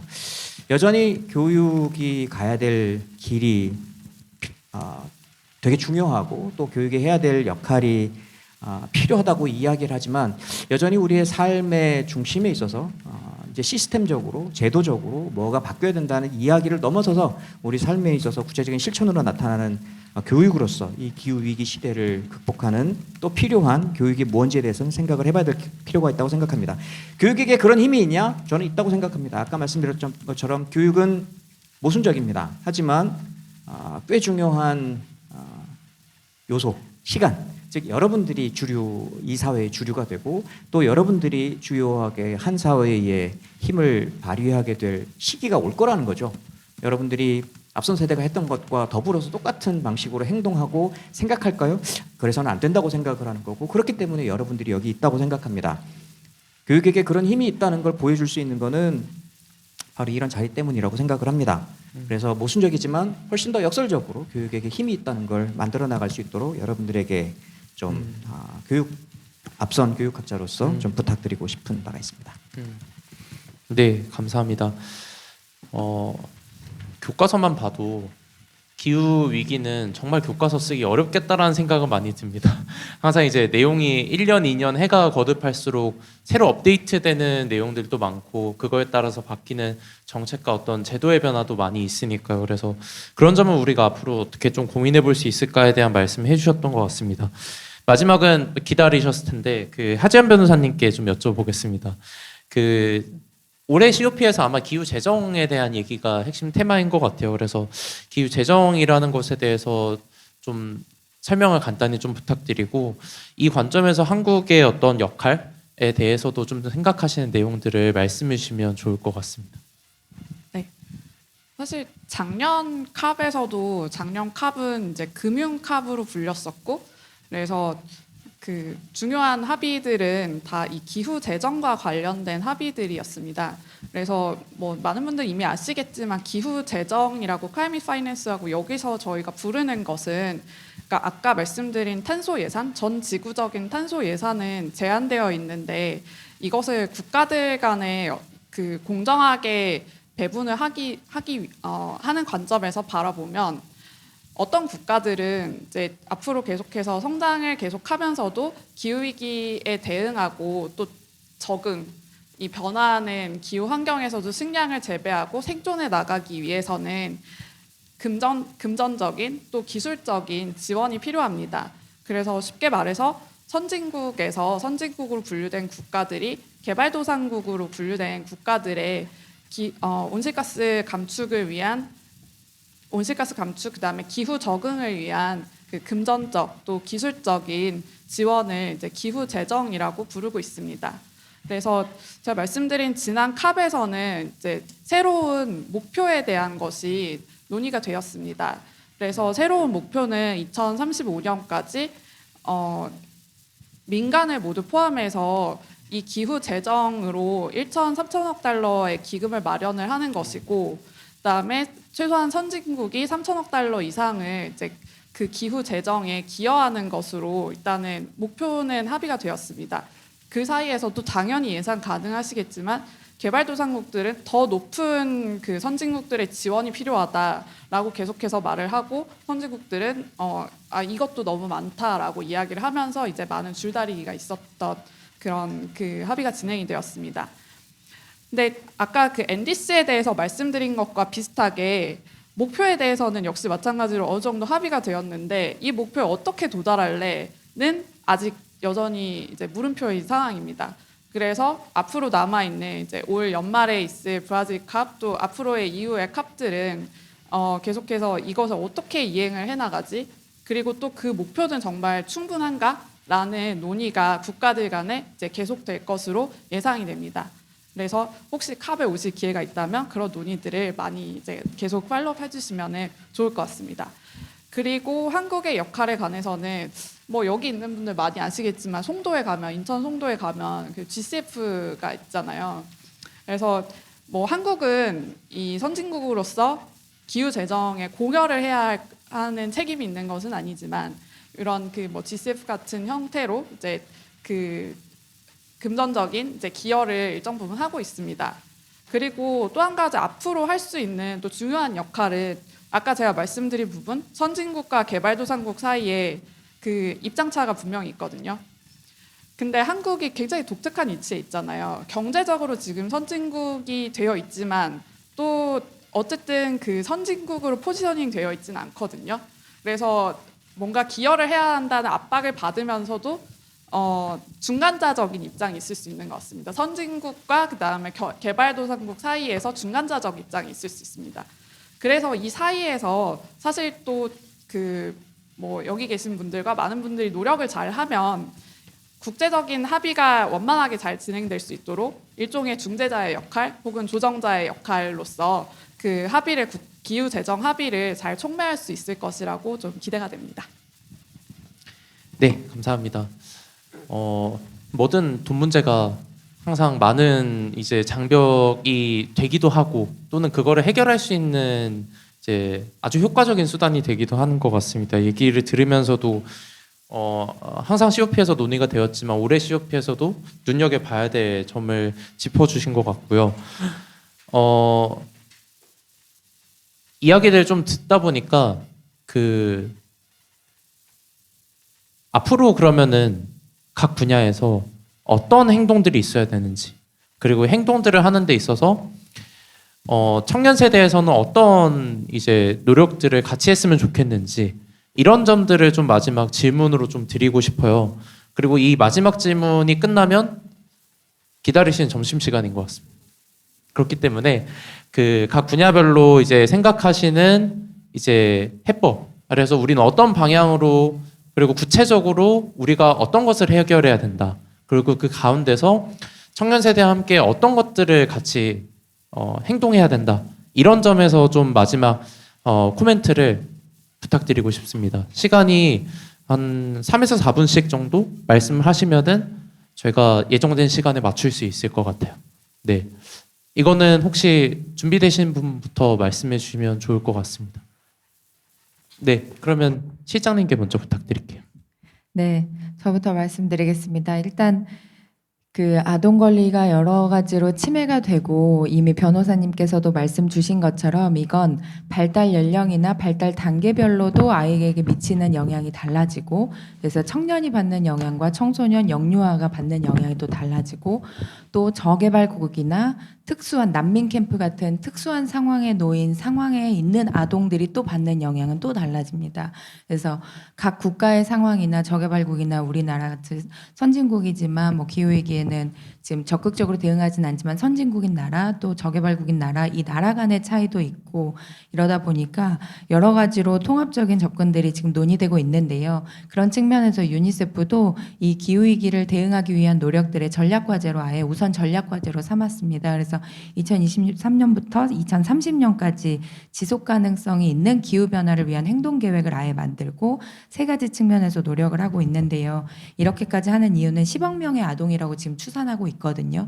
전 세계 10억 명의 아이들이 지금 기후 위기로 영향을 받고 있고 실제로 드러나지 않은 아이들까지 하면 더 많을 것이다라고 예측하기 때문이고, 그래서 전략적인 목표 3가지를 말씀드리면 보호적인 측면이 일단 첫 번째입니다. 그래서 기후 위기와 재해에 강한 건강, 교육, 물, 위생 해서 워시 사업들을 좀 더 강화하고 있고, 여기에서 탄소 배출을 줄이는 방향으로 워시 프로그램들이 운영되는 것이 중요하다라고 강조하고 있습니다.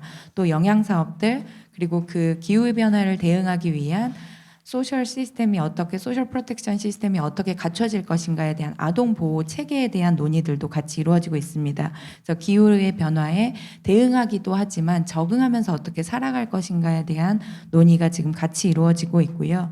두 번째는 지금 여기 이 자리에 오신 분들은 다 기후위기에 관심이 많아서 오신 분들일 텐데, 아동들부터 포함해서 청소년, 청년들까지 저희도 유스 제너레이션이라고 해서 아예 새로운 넥스트 제너레이션 24살까지의 이 활동들이 늘어났거든요. 그래서 유니세프 안에서도 청소년들을 포함해서 청년들의 목소리까지 들으려고 노력을 하고 있고, 이들이 당사자로서 역량을 갖고 기후위기에 대해서 이야기를 하려면 기후위기 교육이 꼭 필요하다라고 해서 각국에서는 기후위기 교육을 정규 커리큘럼으로 넣도록 강조를 하고 있습니다. 그래서 일부 국가들에서는 타지키스탄이나 뭐 만도, 그 이름이 지금 갑자기 기억이 안 나는데 만도라인가요? 안도라 이 나라들에서는 NDC 3.0을 잡는 과정에서 실질적으로 기후변화 교육을 학교 정규 교육 커리큘럼으로 넣어달라라고 조항이 이미 NDC에 들어갔고, 또 실질적으로 이런 부분들을 더 강조해달라라고 국가랑 작업을 하고 있기도 합니다. 그래서 두 번째는 역량 강화로 아동 청소년에 대한 기후 교육, 그리고 그린 기술, 아까 산림에서 얘기해 주신 것처럼 산림을 그냥 소비하는 방식뿐만이 아니라 지켜야 되는 뿐만이 아니라 우리가 일상생활 속에서 생태 다양성을 유지하면서 어떻게 살아갈 것인지, 그리고 또 우리가 플랜팅을 하면서 일상생활에서 어떻게 이 산림을 보호하면서 살 것인지에 대한 교육들이 같이 이루어지고 있고, 또 청년들이 당사자로서 목소리를 낼 수 있는 기회를 제공하고 직접 정책 보고서를 만들고 그걸 가서 스피치를 할 수 있는 기회들을 제공하고 있습니다. 그리고 세 번째가 이제 리듀스로 감축인데요. 탄소 중립이나 자연 친화적으로 사업들을 진행하고 또 탄소 감축이나 재생 에너지로 전환하는 작업들을 촉구하고 있습니다. 그래서 이건 주로 국가와 기업을 대상으로 하고 있는데요. 국가에는 탄소 감축을 위한 정책들의 아동 관점들을 반영해라 라고 간다고 하면, 기업들에게는 그린워싱으로만 가는 것이 아니라 실질적으로 이제 개도국의 사업들을 진행하면서 탄소 배출을 줄이는 사업들을 하면서 ESG 사업으로 많이 하시거든요. 근데 그런 부분들이 그린워싱 측면이 아니라 정말로 재생에너지를 적극적으로 발굴하고 거기에 살고 있는 원주민들의 환경을 침해하지 않고 훼손하지 않는 방식으로 개발하는 이런 노력들을 저희가 기업들의 변화로 촉구하고 있고, 마지막으로 또 하나 강조하고 있는 게 이런 상황들을 잘 파악하려면 정기적인 모니터링이 중요합니다. 그래서 아동권리 영향평가라는 툴들이 기업을 대상으로도 이미 툴이 나와 있고 또 디지털 기업만을 대상으로도 나와 있고 또 국가를 대상으로도 아동권리 영향평가 툴을 적용할 수 있는 것들이 개발되어 있습니다. 그래서 국가와 기업들이 이런 기후위기에 대한 아동권리의 영향을 얼마나 미치는지를 어떻게 정기적으로 모니터링할지를 측정하는 것을 강조하고 있습니다. 이상입니다.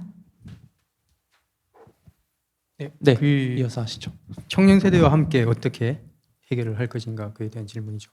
그 요즘에 그 원형적 사고 얘기를 많이 하잖아요. 원형적 사고, 정민적 사고. 예. 그런데 저는 도너적 사고를 함께 해보면 어떨까라는 좀 생각을 합니다. 그게 무슨 얘기냐? 좀 고개 끄덕이는 분들은 제가 무슨 얘기를 할지 좀 알고 끄덕이시는 것 같은데요. 이 초반에 이제 GDP에 대한 얘기를 했었잖아요. 우리의 그 나침반이 제대로 되어 있냐? 이러한 이제 고민들 때문에 이제 영국의 케이트 레이워스라는 경제학자가 고안해낸 개념이 도넛 경제학이라는 개념입니다. 결국에는 우리가 이제 생태 한계라는 게 있잖아요. 이 탄소 예산과 같이. 그리고 동시에 또 우리의 사회적인 기초 우리가 꼭 이제 지켜야 될 아까 얘기했던 이제 물이라든지 식량이라든지 이러한 사회적인 기초를 지키면서 동시에 생태 한계 그것을 이제 동시에 이거를 외부에 있는 생태 한계 그걸 동시에 이제 지키다 보면은 우리의 경제가 이 도넛 모양과 같은 그 안에 균형 있게 이제 머물 수 있다. 그래서 이걸 이제 도넛 경제학이라고 합니다. 이 그림을 그리면 더 잘 설명이 될 텐데 잘 이해가 안 되시면 한번 도넛 경제학을 검색을 해보시면 좋을 것 같고요. 결국 우리가 어쨌든 이 사회 문제를 환경 문제와 우리 사회적인 그 경제 문제, 사회 경제 그리고 환경 문제를 함께 이제 고려해서 해결하는 그러한 이제 접근 방식이 좀 필요하다라고 생각을 합니다. 이러한 접근 방식이 필요한 이유는 결국 초반에도 얘기했지만 우리가 GDP 얘기하고 환경 이야기하면 이게 계속 대척점에 있어서 마치 메비우스 띠처럼 해결이 되지 않죠. 그렇지만 우리가 이제 사회 경제적인 문제를 함께 환경적인 문제와 함께 해결을 할 수 있다면 어쩌면 우리가 더욱더 혁신적인 이제 솔루션을 낼 수 있을 것이라는 생각을 하고 있고요. 그것과 같은 맥락에서 봤을 때 최근에 우리 정부에서 주 4.5일제에 대한 얘기를 하고 궁극적으로는 주 4일제로 넘어가겠다고 하는데 여기에 사실은 환경적인 측면에 대한 얘기가 안 되고 있어요. 그런데 실제로 영국의 플랫폼 런던이라는 NGO에서 주 4일제를 영국이 전체적으로 실행하면 20% 온실가스 감축을 할 수 있다는 그런 보고도 있었거든요. 결국 우리가 그리고 또 뭐 기본소득 얘기도 하는데 저는 기본소득이 그냥 기본소득이 돼야 될까? 녹색 기본소득이 될 수는 없을까라는 생각도 합니다. 기본소득을 주지만 그 기본소득을 결국에 녹색 소비에만 사용을 할 수 있게 한다면 녹색 비즈니스를 활성화할 수 있겠죠. 탄소세도 마찬가지입니다. 탄소세에 대한 조세 저항이 있는데 그거를 녹색 화폐로 환급을 해줘서 녹색 비즈니스를 활성화시키는 그러한 이제 창의적인 방법이 바로 이런 도넛 경제라는 이제 개념을 통해서 좀 생각해 볼 수 있지 않나라고 생각이 들고요. 그렇다면 우리가 이런 생각을 하면 그것을 실제로 어떻게 적용해서 이제 우리 사회를 바꿔 나갈 것인가라는 이제 기회와 툴에 대해서 좀 생각을 해봐야 될 텐데요. 일단 내년에 2026년 지방선거가 있는 상황입니다. 그래서 각 동네에서 우리가 바꿀 수 있는 것이 또 기회적인 요소로는 참여 예산제를 조금 활용을 해보는 참여 예산제라고 해서 여러분들이 직접 예산을 제안을 하고 그것들이 이제 반영이 될 수 있도록 할 수 있는 그것들이 바로 이제 도넛 경제와 같은 관점에서 한다면 충분히 이제 반영이 될 수 있는 확률이 많을 것이라고 생각을 하고 있고요. 마지막으로 이제 시간을 좀 마지막으로 이제 줄이도록 하겠습니다.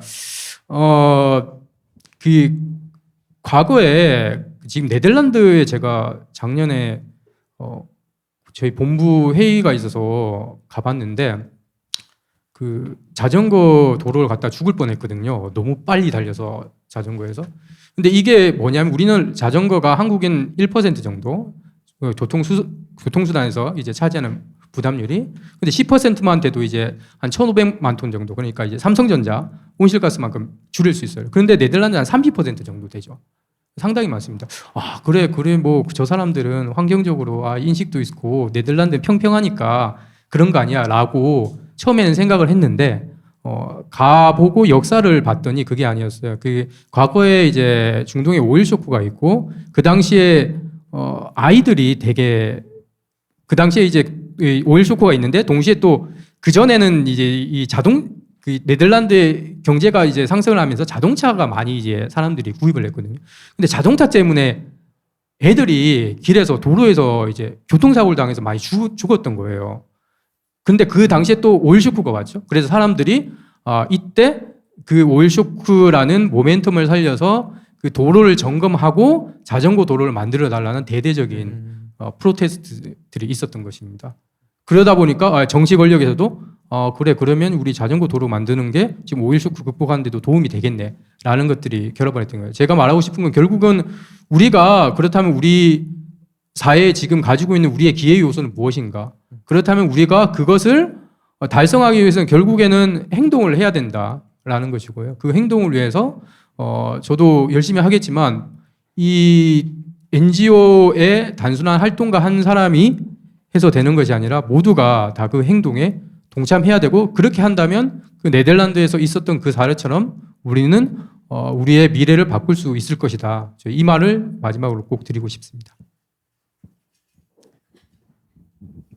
네. 저희 네. 저희 분야에서 해야 될 일은 뭐 이제 새 정부가 또 꾸려졌으니 새 정부가 뭐 그 본연의 역할을 NDC를 설정하는 것이나 뭐 기타 이행 계획을 세우는 것 역할을 할 수 있도록 뭐 시민사회에서 이제 역할을 다 해야 할 것 같고요. 그래서 뭐 네 그리고 그것보다 더 중요한 점은 그 여기 지금 청년분들이 많이 와 계신데 저는 한 20여 년 전에 대학교에 다닐 때 기후 변화에 대해서 한 번도 배운 적이 없고 COP가 뭔지도 전혀 몰랐거든요. 그래서 여기 계신 분들은 근데 그것에 대해서 이미 알고 계시잖아요. 그래서 뭐 당장 올 연말에 있는 것부터 많이 현장에 가보셨으면 좋겠습니다. 그래서 근데 그게 가려면 참석 배지가 있어야 되고 그다음에 많은 비용이 들 수 있거든요. 비행 등. 그래서 내가 어떻게 하면 참석 기회를 얻을 수 있는지 그리고 비용은 내가 어떻게 조달할 수 있는지 네, 그것을 줄 수 있는 사람들과 많은 대화를 통해서 네, 그 방법도 꼭 찾아내셨으면 좋겠습니다. 뭐 여기 계신 다른 분들이 그 지원도 많이 좀 도움을 드릴 수 있으면 좋겠고요. 왜냐하면 제가 작년 캅에서 일본의 청소년 기후 소송에 참여한 청년들은 캅에 참여를 해서 같이 인사도 나누고 대화를 나눌 수 있었는데 정작 그 역사적인 한국의 그 청소년 기후 소송에 참여한 청소년 청구인들을 만날 수가 없었거든요. 그래서 네, 앞으로 많이 참여하실 수 있으면 좋겠고 꼭 올해가 아니라도 그 다음이라도 비슷한 행사에 직접 많이 참여해 보시면 좋겠다는 생각이 들었습니다. 그리고 마찬가지로 저도 뭔가 내가 실천할 수 있는 거, 특히 학생 때는 워낙 이게 공부를 하는 게 중요하다 보니까 내 공부가 완벽하지 않으면 몸이 움직이지 않는 경향이 좀 있거든요.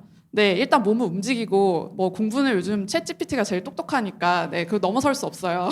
그래서 일단 먼저 몸을 움직이세요. 그래서 그리고 그 과정에서 어떻게 하면 좀 이 활동을 더 즐겁고 내가 나의 매력을 잘 유지하면서 할 수 있을까를 생각해 보시면 좋겠습니다. 뭐 예를 들면 뭐 아까 교수님께서 이제 학교의 그 온실가스 배출이나 모니터링에 대해서도 말씀을 해주셨는데 참여해 보시는 거죠. 그래서 우리 과의 아리백 이런 그 캠페인을 한다든지 그래서 정말 온실가스 배출 우리 과는 얼마나 하고 있지? 뭐 모니터링은 잘 되고 있나? 이런 것들을 살펴보실 수도 있을 것 같고 또는 뭐 요즘 챌린지가 많으니까 뭐 하루 정도 뭐 노탄소 챌린지 같은 걸 뭐 친구들과 같이 해보신다든지 그래서 어떻게 하면 이걸 더 즐겁고 매력적으로 계속 이어갈 수 있을지 고민을 해보시면 좋겠습니다. 네, 이상입니다. 네. 네, 그러면 저도 말씀드리겠습니다. 오늘 처음에 이제 얘기가 탄소 해산으로 시작이 된 것처럼 그 기후 변화 대응의 이제 핵심이 감축 분야인 것이고 감축에 대한 것을 지금 우리가 세게 얘기하고 싶은 거죠. 근데 감축을 강화한다는 거는 미래 세대의 감축 부담을 줄인다는 측면이 이제 우리가 보이는 거지만 반대적으로 말하면 경제적인 어려움이 발생이 된다는 거고 그로 인해서 불편이 발생이 될 수 있다는 측면도 있습니다. 그렇기 때문에 사실 파리 협정에서 보면 sustainable이라는 단어가 총 17번 나오거든요. sustainable development라는 얘기가 총 12번이 나옵니다. 그 얘기는 뭐냐면 이제 CBDR 원칙에 따라서 개도국이 기후변화 대응을 강요받음으로써 지속 가능한 발전을 못하도록 이제 강압을 받을까봐 이 CBDR 원칙에 따라서 Sustainable Development라는 용어를 많이 집어넣은 거죠. 개도국 입장에서. 그런 측면에서 이제 여러분들도 생각을 할 때 감축에 대한 것들을 물론 기성세대한테 강요를 많이 이제 요구를 많이 할 필요는 있지만 디베이트를 할 필요가 있지만 여러분의 삶의 질에 대한 것도 고려를 할 필요가 있겠다. 여러분 내에서도 나 기후변화 중요해. 근데 그거에 대한 그로 인해서 내가 뭐 어느 정도 불편함은 감수할 수 있어. 근데 그러면서 엄청나게 불편을 내가 강요받고 싶지는 않아.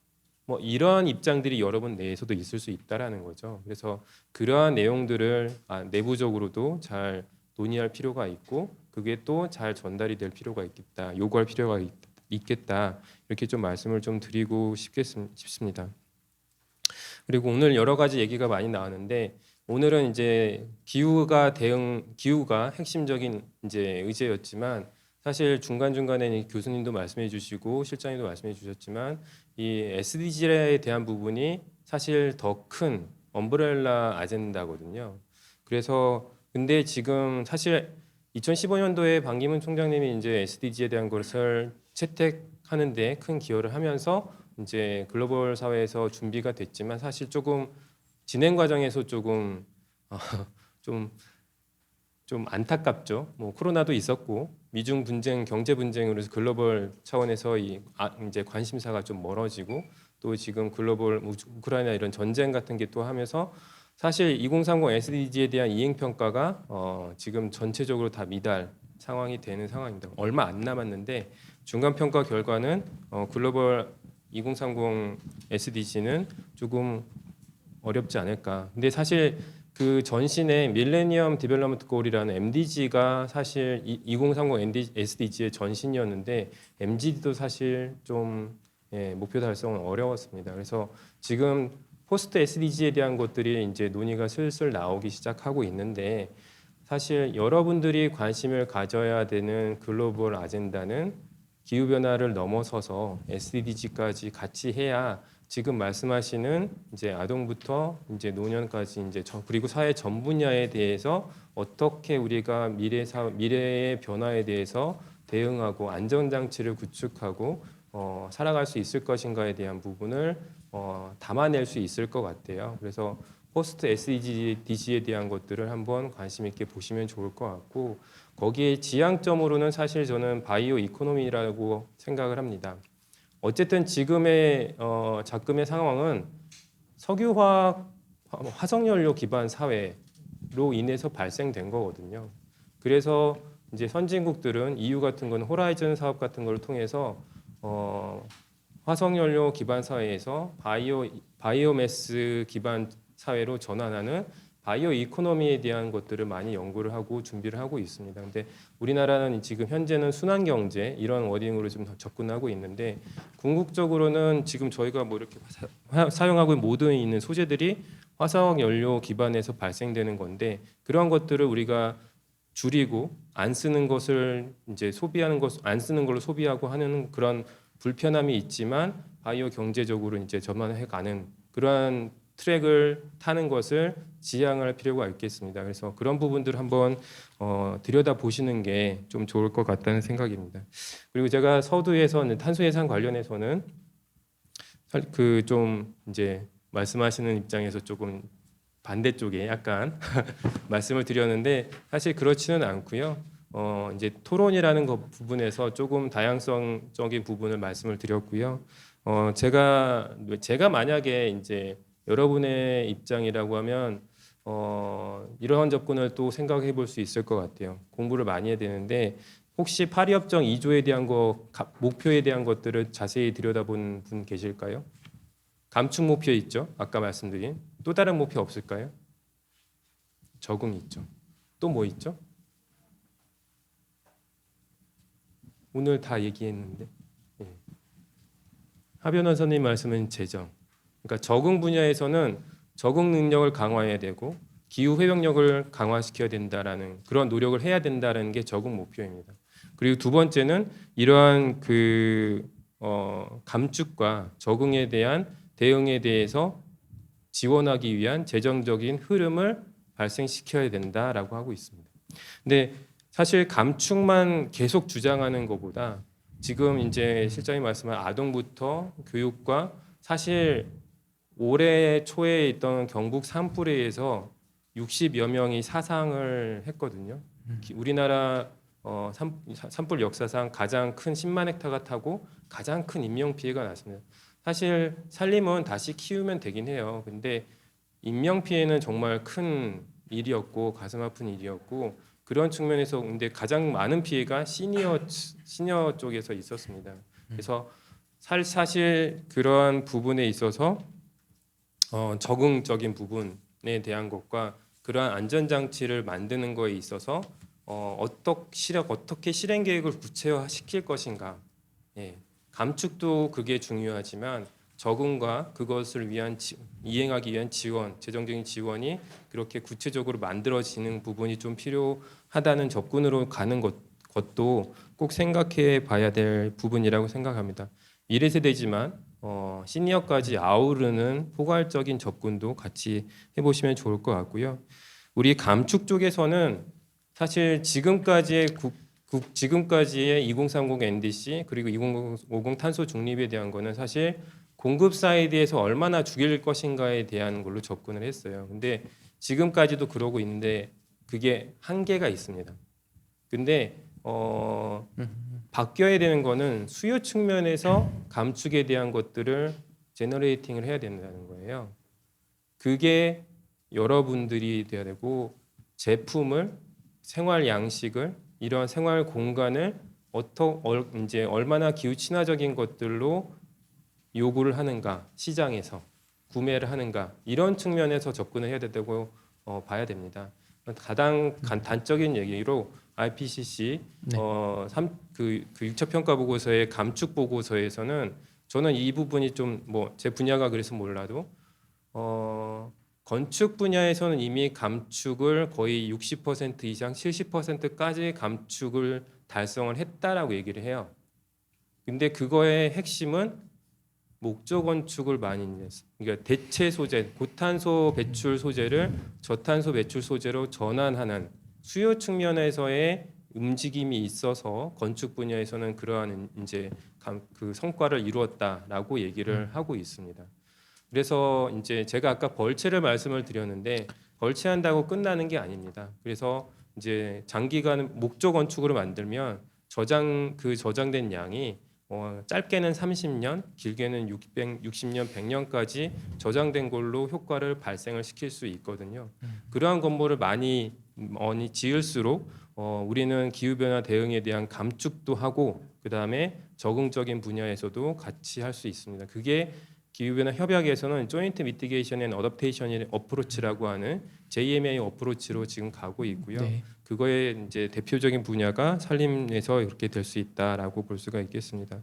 마지막으로 UNFCCC 협상에 이제 저는 참여를 하고 있는데 우리 엘코이에서 유스 델리게이션 활동을 앞에서 말씀하신 것처럼 해서 만났으면 좋겠습니다. 여기 김 대표님하고 차주미 연구원 이렇게 같이 쉘메셰크에서 만난 인연으로 지금 이 자리에 제가 초대받을 수 있었던 것 같고요. 그리고 아까 캅에 접근할 수 있는 루트가 사실 다양하게 있거든요. 에너지공단이라든지 환경공단에서 여러 가지 공모 사업을 하면 거기에서 수상하게 되는 인원들에 대해서 이제 인솔하는 부분도 있고 또 국회 기후변화 포럼도 유스 델리게이션에 대한 부분을 계속 열어놓고 있으니까 그런 부분들은 관심 있게 참여해서 캅에 와보시면 좋겠습니다. 저는 기다리고 있겠습니다. 네. 시간이 얼마 없죠. 더 빨리 끝내야 되는데 말이죠. 교육 분야에서 가장 중요한 이슈는 세계 시민 교육입니다. 세계 시민 교육은 SDG 네 번째의 7번 항목에 들어가 있습니다. 2000년대 초반부터 시작됐던 지속가능 발전 교육과 더불어서 세계 시민 교육은 지금 기후 환경 변화 및 위기 상황에서 어떻게 전 지구적인 차원의 대응을 할 건가에 대한 지식 문제, 인식 문제, 구체적인 실천과 행동에 대한 이야기를 다루고 있습니다. 세계 시민 교육은 코스모폴리타니즘과 다릅니다. 코스모폴리타니즘은 이전에 소위 특권적 엘리트들이 전 세계를 다니면서 내가 얼마만큼 세계에 대한 지식을 그리고 다양한 사람들에 대한 지식을 그리고 그 사람들과 만나봤는지에 대한 자신의 경험을 뽐내는 그런 태도였었습니다. 세계 시민 교육은요, 세계화가 가져온 인식의 변화를 요구를 하고 있고 전지구적인 실천을 포함한 시민성으로 가닿는 활동을 포함하고 있습니다. 세계 권리와 의무, 탈식민화, 세계 시민적 윤리를 통한 세계 공동체 상상하기, 세계 시민으로서의 정체성, 그리고 지역과 세계를 연결하는 결속과 연대, 이런 것들이 세계 시민 교육 안에 들어있고 세계 시민성을 함양하기 위한 다양한 교육적 논의가 있습니다. 제가 자청해서 맨 마지막에 했는데요. 왜냐하면 앞부분에서 그래서 뭘 할 건데? 라는 질문에 할 수 있는 얘기는 교육밖에 없다고 저는 생각을 합니다. 따라서 제가 교육과 관련된 이야기를 하지만 결국 말씀하신 내용들을 종합해보면 앞으로 지구 환경 위기 속에서 여러분들과 같은 선도적이고 또 이 위기를 내 몸으로 느끼는 많은 청년들을 길러내는 게 교육의 가장 큰 목표가 아닐까라는 생각이 듭니다. 안타깝지만 저희 입장은 그리고 여기 모인 많은 사람들의 생각들은 그렇지 않은 다른 입장들과의 싸움에서 이기고 있지는 못합니다. 무승부냐? 꼭 그렇지도 않은 것 같습니다. 그러니 지구 멸망을 향해서 지구가 우리가 거주할 수 있는 공간이 아닌 모습으로 점점점 빠르게 바뀌어가는 게 아닌가라는 생각이 듭니다. 텔레비전 혹은 다양한 스크린을 통해서 보게 되는 위기적 상황을 그냥 보고만 있는 것이 아니라 여러분들의 구체적인 실천과 그리고 인식의 변화를 가져오기 위한 일상적 실천을 통해서 저는 우리의 싸움이 이기는 싸움으로 갔으면 좋겠습니다. 어떻게 갈 수 있을까? 여러분들이 공부 열심히 하셔야 되고요. 무엇보다 지금은 뭐 내가 학생 혹은 내가 이제 뭐 취준생 뭐 이렇게 생각할지 모르겠지만 여러분들의 힘과 그리고 여러분들의 역량을 조금 더 키워서 구체적인 정치적인 영향력을 행사할 수 있는 세력이 됐으면 좋겠습니다. 다시 한번 얘기하지만 앞선 세대에 기대할 게 별로 없습니다. 여러분들이 주류가 됐을 때 똑같은 방식으로 욕 얻어먹지 말고 좀 더 열심히 노력해서 이 사회가 지금 고민하고 또 만들어가고자 하는 그런 꿈을 이룰 수 있었으면 좋겠습니다. 감사합니다. 네, 감사합니다. 마무리하려고 하는데 실장님 잠깐 저한테 사인해 주셔서 1분만 1분만 부탁드리겠습니다. 네. 아까 저희가 이제 방향성만 얘기 드리고 프로텍션이랑 임파워링이랑 리듀스라는 전략 계획을 잡고 있다라고만 말씀드리고 여기에 청년분들이 그리고 청소년분들이 어떻게 더 기여해 줄 수 있는지 말씀을 안 드린 것 같아서 그 얘기를 드리려고 하는데 기후교육을 아까 말씀해 주신 것처럼 세계시민교육에 기후교육이 의무화돼서 들어갈 수 있도록 저희 같은 기관들 그리고 NGO들이 지금 노력하고 있고요. 그래서 지금 국정기획위원회가 꾸려져서 그 국정기획위원회에서도 이 부분들이 뭐 기후교육이라든지 아니면 아이들에 대한 이런 배려들이 그 아이들에 대한 기후 위기에 대한 대응 노력들이 들어가야 된다고 지금 국정기획위원회에도 저희가 제안한 상태입니다. 그래서 이런 부분들에 사실 힘을 실어 주실 수 있는 분들이 여러분들이시고 또 청소년이 몇 살까지인지 아시나요? 24세까지거든요. 그리고 아동이 18세까지예요. 그래서 제가 계속 얘기했던 아동 청소년은 여러분 세대까지 포함입니다. 그래서 아동 청소년이라고 말씀드렸던 이유들이 당사자인 여러분들이 이번에 목소리를 꼭 잘 모아주시고 컵까지 보내주시고 직접 가서 스피치도 해주셨으면 좋겠고 그래서 한국 당사자들의 목소리를 좀 적극적으로 반영해서 외교부도 움직이고 정부들이 잘 움직일 수 있게 해주셨으면 좋겠고 저희 같은 기관들은 지금 국가가 5개년 기본계획을 아동정책을 잡고 있는데 그 아동정책 기본계획 계획에 기후 위기에 대한 내용이 없었습니다. 그래서 그런 부분들을 아동 정책에도 기후 정책을 넣을 수 있도록 저희가 지금 네. 노력하고 있거든요. 그래서 그런 부분들에 또 여러분들이 국내에서도 목소리를 같이 실어주셨으면 좋겠습니다. 그래서 NDC에서 아까 아동 권리 관점을 반영하는 그 실행 세부 과제들이 저희가 보고서를 만들어 놓은 게 글로벌 단위에서 있으니까 그걸 제가 대표님께 전달을 드릴게요. 그래서 그런 실행 과제들도 참고하셔서 같이 정책 제안문 작성해 주시면 감사하겠습니다. 이상입니다. 네, 짚어주셔서 감사합니다. 시간 관계상 제가 요약을 하면은 더 늦어질 것 같아서 그 클로징만 간단히 하고 마무리해도 될 것 같습니다. 그 앞서서 5분이 말씀해 주신 건 결국은 실천과 행동이고 그게 나 자신으로 수렴되는 것뿐만 아니라 사회로 발산되는 형태의 행동까지도 필요하다고 말씀해 주신 것 같아요. 그러니까 저희가 텀블러 쓴다고 해서 나아지는 게 물론 있겠지만 사실 그것보다 좀 더 중요한 거는 이 사회 구조와 전체적인 어떤 제도와 우리들의 목소리를 통해서 그런 것들을 바꿔내는 것이 가장 중요하거든요. 각 분야에서도 각자 이제 하시고 싶은 말씀이 다 거기야 맥이 좀 다 있지 않나라는 생각이 듭니다. 오전 시간부터 네 길게 거의 한 1시간 반가량 앞선 세션 같이 참여해 주셔서 너무 감사드리고요. 아마 이어서 점심시간 이후에 이어지는 리커넥트 세션에 도움이 되셨으면 좋겠습니다. 네, 그러면 말은 여기서 줄이고 이번 세션 여기서 마치겠습니다. 네, 감사합니다.